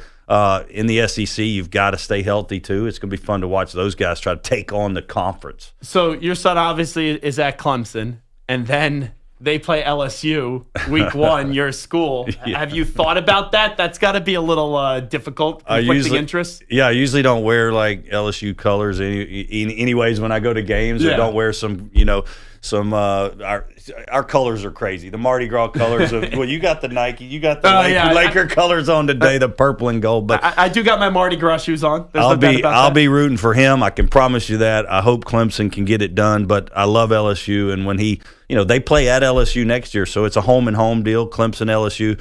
who's the real Death Valley? That's what they're talking about. Where's the real Death Valley? Is it Clemson or Tiger Stadium in Baton Rouge? So that's going to be a fun part of the storyline is going to be who has the real Death Valley. And we were just talking, Josh Booty's in studio with us for a few more minutes before we get out of here on a Thursday. We were talking about this yesterday. You look at Clemson. Joe Clack came out with his list of the best quarterbacks in college football entering this season, and there's a lot of guys, right, untapped potential, and he goes, Cade Klubnik's number one. He had 36 touchdowns a year ago. I'm curious how we're talking about Clemson at the end of the year because we talk about how open college football is right now. And it's one of those things where Clemson, right, for a while, they were Alabama's biggest threat. And they, had the 2 national championship game victories. And the last few years, they've still been able to win the ACC. But now it's, can you get back into being that true bona fide national championship? Yeah, I think Dabo's brought in several key pieces, especially at receiver, to help Klubnik kind of get to the next level and to let their offense get back to the level that they were at when Deshaun Watson was there, when Lawrence was there playing at a super high level offensively. I know he's a receiver guy. He played receiver himself. So he's taken a real liking to try to get that back to where they were dominant. And I think the conference, of course, is not as strong as the SEC. So Klubnik's numbers are probably going to be a little bit better than most SEC quarterback numbers because he plays in a conference where their defenses aren't quite as good week in and week out. But Klubnik's got a lot of experience now. He won 2 big state titles in Texas as a high school player at Westlake. I mean, he's as experienced as any kid could be in that position, and he had a great game against Texas that they lost last year on the road in the playoffs. So they should be pretty darn good with all the talent they got. I'll tell you, the kid that I'm curious about, and we already talked about, right, Arch and Lenore Sellers and DJ Lagway, it's the Arizona State quarterback, Sam Levitt. Oof, I like because he had the safety blanket last year of Cam. Now Cam's longer there. You still get your receiver back, though, in Jordan Tyson. But Levitt, that kid's got confidence. Ooh, he's got an aura to him. I like him. I do, too. He's got Baker Mayfield kind of written all over him. And that's my kind of comparison off the top of the cuff here. But I think he just, he runs. He throws well on the run. Last year, he got into some trouble, into some pressure situations, and he completed some balls downfield on the run, kind of like Burrow did for us in 2019 when he had such a amazing run and we won the national championship at LSU. Is Levitt's able to make those plays outside the pocket, and that's when the play breaks down and the play's not there, what are you going to do with the football? And that's what Bruce Arians used to tell us all the time when I was in Cleveland with him playing for the Browns and backing up Tim Couch there for several years, was what do we do with the football when the play's not there? But Levitt is good at doing some things outside of kind of the realm of the normal offensive stuff that should happen. He breaks out, guy runs free, he hits him, dude. And I like his competitive nature. He'll run with the football too, and that gives him a 1-2 punch at that position, And then that probably took a lot of pressure off Scatterboo last year, just the threat of Levitt doing a lot of stuff outside the pocket. Let's get to the quarterbacks that were just drafted. Josh Booty here with us for a few more moments. Jackson Dart, in the first round. I watched Jackson Dart in college. I just thought he was a product of Lane Kiffin. What do you make of his projection as an NFL quarterback? He was super highly regarded coming out of high school. Elite 11 type guy, MVP type guy. Like, he was the top guy. So let's not forget that he's been kind of groomed for this position. This is a large stage position now in New York, and I think him having the experience he did playing under Lane Kiffin, who was an NFL coach, the things that Kiff was able to teach him, the things he learned even at SC and, before he transferred over to Ole Miss to play for Lane. I think, those are going to be valuable things. A lot of throws. He made a lot of throws in college, and that experience is going to hold key. And I think he's a tough competitor. Sometimes he should have probably gotten down. He got banged up, and he got hurt and was knocked out of some games. He's aggressive, but I like that nature. Josh Allen has that. He's been able to sustain it. If Jackson Dart starts doing that in the NFL, can he sustain it? I don't know. That's just history will have to tell, but maybe he's got to be smart with the football. Yeah, Gruden was like, you got to go down 2 or 3 yards. He told him, I saw it. It's good QB camp there by Gruden now with Barstool Sports. How about the whole Shador situation? Oh, goodness. Because, I want to see Shador play this year. Yeah. That would be a lot of fun if we get to see him play in Cleveland. Yeah, I like Shador. I love Prime, his dad, of course. He's was a guy I played against and respected, and would thought the world of forever. And I talk to Dion every now and then on text. And, Shedeur, the only thing about Shedeur is he's played for his dad his whole life. Yeah. So he's never had to go outside the box to play for anybody else. So I think that's something that we got to keep an eye on. I think also Dylan Gabriel's a capable player that was drafted ahead of him. And, of course, my nephew was at Oklahoma the last few seasons, General Booty, and was backing up Dylan Gabriel, and he absolutely loves Dylan. He said he works so hard, even in the offseason or to prep for games. I mean, he understands what he's going to do. He's the leading passer, I think, in college football history. So Shedeur jumping over Dylan's not going to be the easiest thing in the world. Those guys are going to go head-to-head, and that's how it should be. It's pro football, right? And I think both of them are capable. But Shedeur probably has better athleticism overall because he's bigger and stronger, but Dylan is so dang crafty. He's kind of like a Steve Young guy. So we'll see. I think that's a fun deal to watch over the course of the next few seasons, is those two kind of guys going at it. I know you played at Bethpage Black the other day, as you were telling me last night, but you're also telling me what you're making your own golf course now? Well, I'm a part. Yeah, I wish I was making it. I'm a part of Madison Capital Group out of Charlotte, North Carolina, and we're building the premier new golf course in Florida called High Grove. I'm wearing the logo today on my shirt, but Ryan Hanks, the founder of Madison, that was his vision, to create an unbelievable golf course. He's, like a Hoopie Match Play Club, Apogee, which he's a member at, Calusa Pines in Florida. This is going to be right up there with all the big boys. A stay-and-play type place where, members only, private club. And I'm going to need some access. I'm going to need a tea time, a nice discounted rate there, Josh. Right, all right, I'll take you. Come on. You play with me. We'll order a lot of transfusions, and you'll see a lot of shank shots. So that's pretty much what you're going to get out of me. I love it. But anyway, I appreciate you coming on in. Thanks for doing this. Thank you, man, for having me. It's always fun, brother. Yep. All right. That is Josh Booty right here on the Zach Gelb Show on the Infinity Sports Network, and that will do it for our Thursday program. Coming up tomorrow, going to be a lot of NBA again, as we're going to have to get you set for Knicks and Pacers game number 2. We'll see if the Knicks are going to have it in them to flush what happened last night and find a way to even up that series at 1 apiece. And you got a similar situation tonight. Obviously, you don't look at it as a big choke job by the Timberwolves in game 1, but they did not show up and they were non-existent, especially in that fourth quarter. So a lot of pressure on Anthony Edwards tonight. Ryan Botcher, Stu Kovacs, thanks as always. Ack, big thanks to you as well. And a big thanks to each and every one of you for listening to the program today. We'll talk tomorrow at 3 p.m. Eastern, noon Pacific, right here on the Infinity Sports Network. We out. Bye-bye. Peace.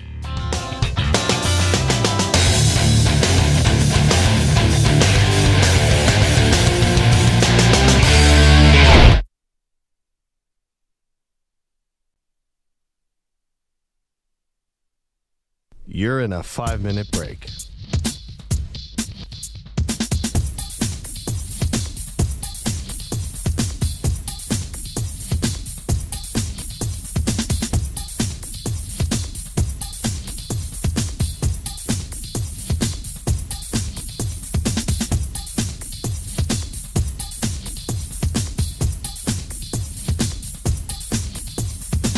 Four minutes, 30 seconds remaining.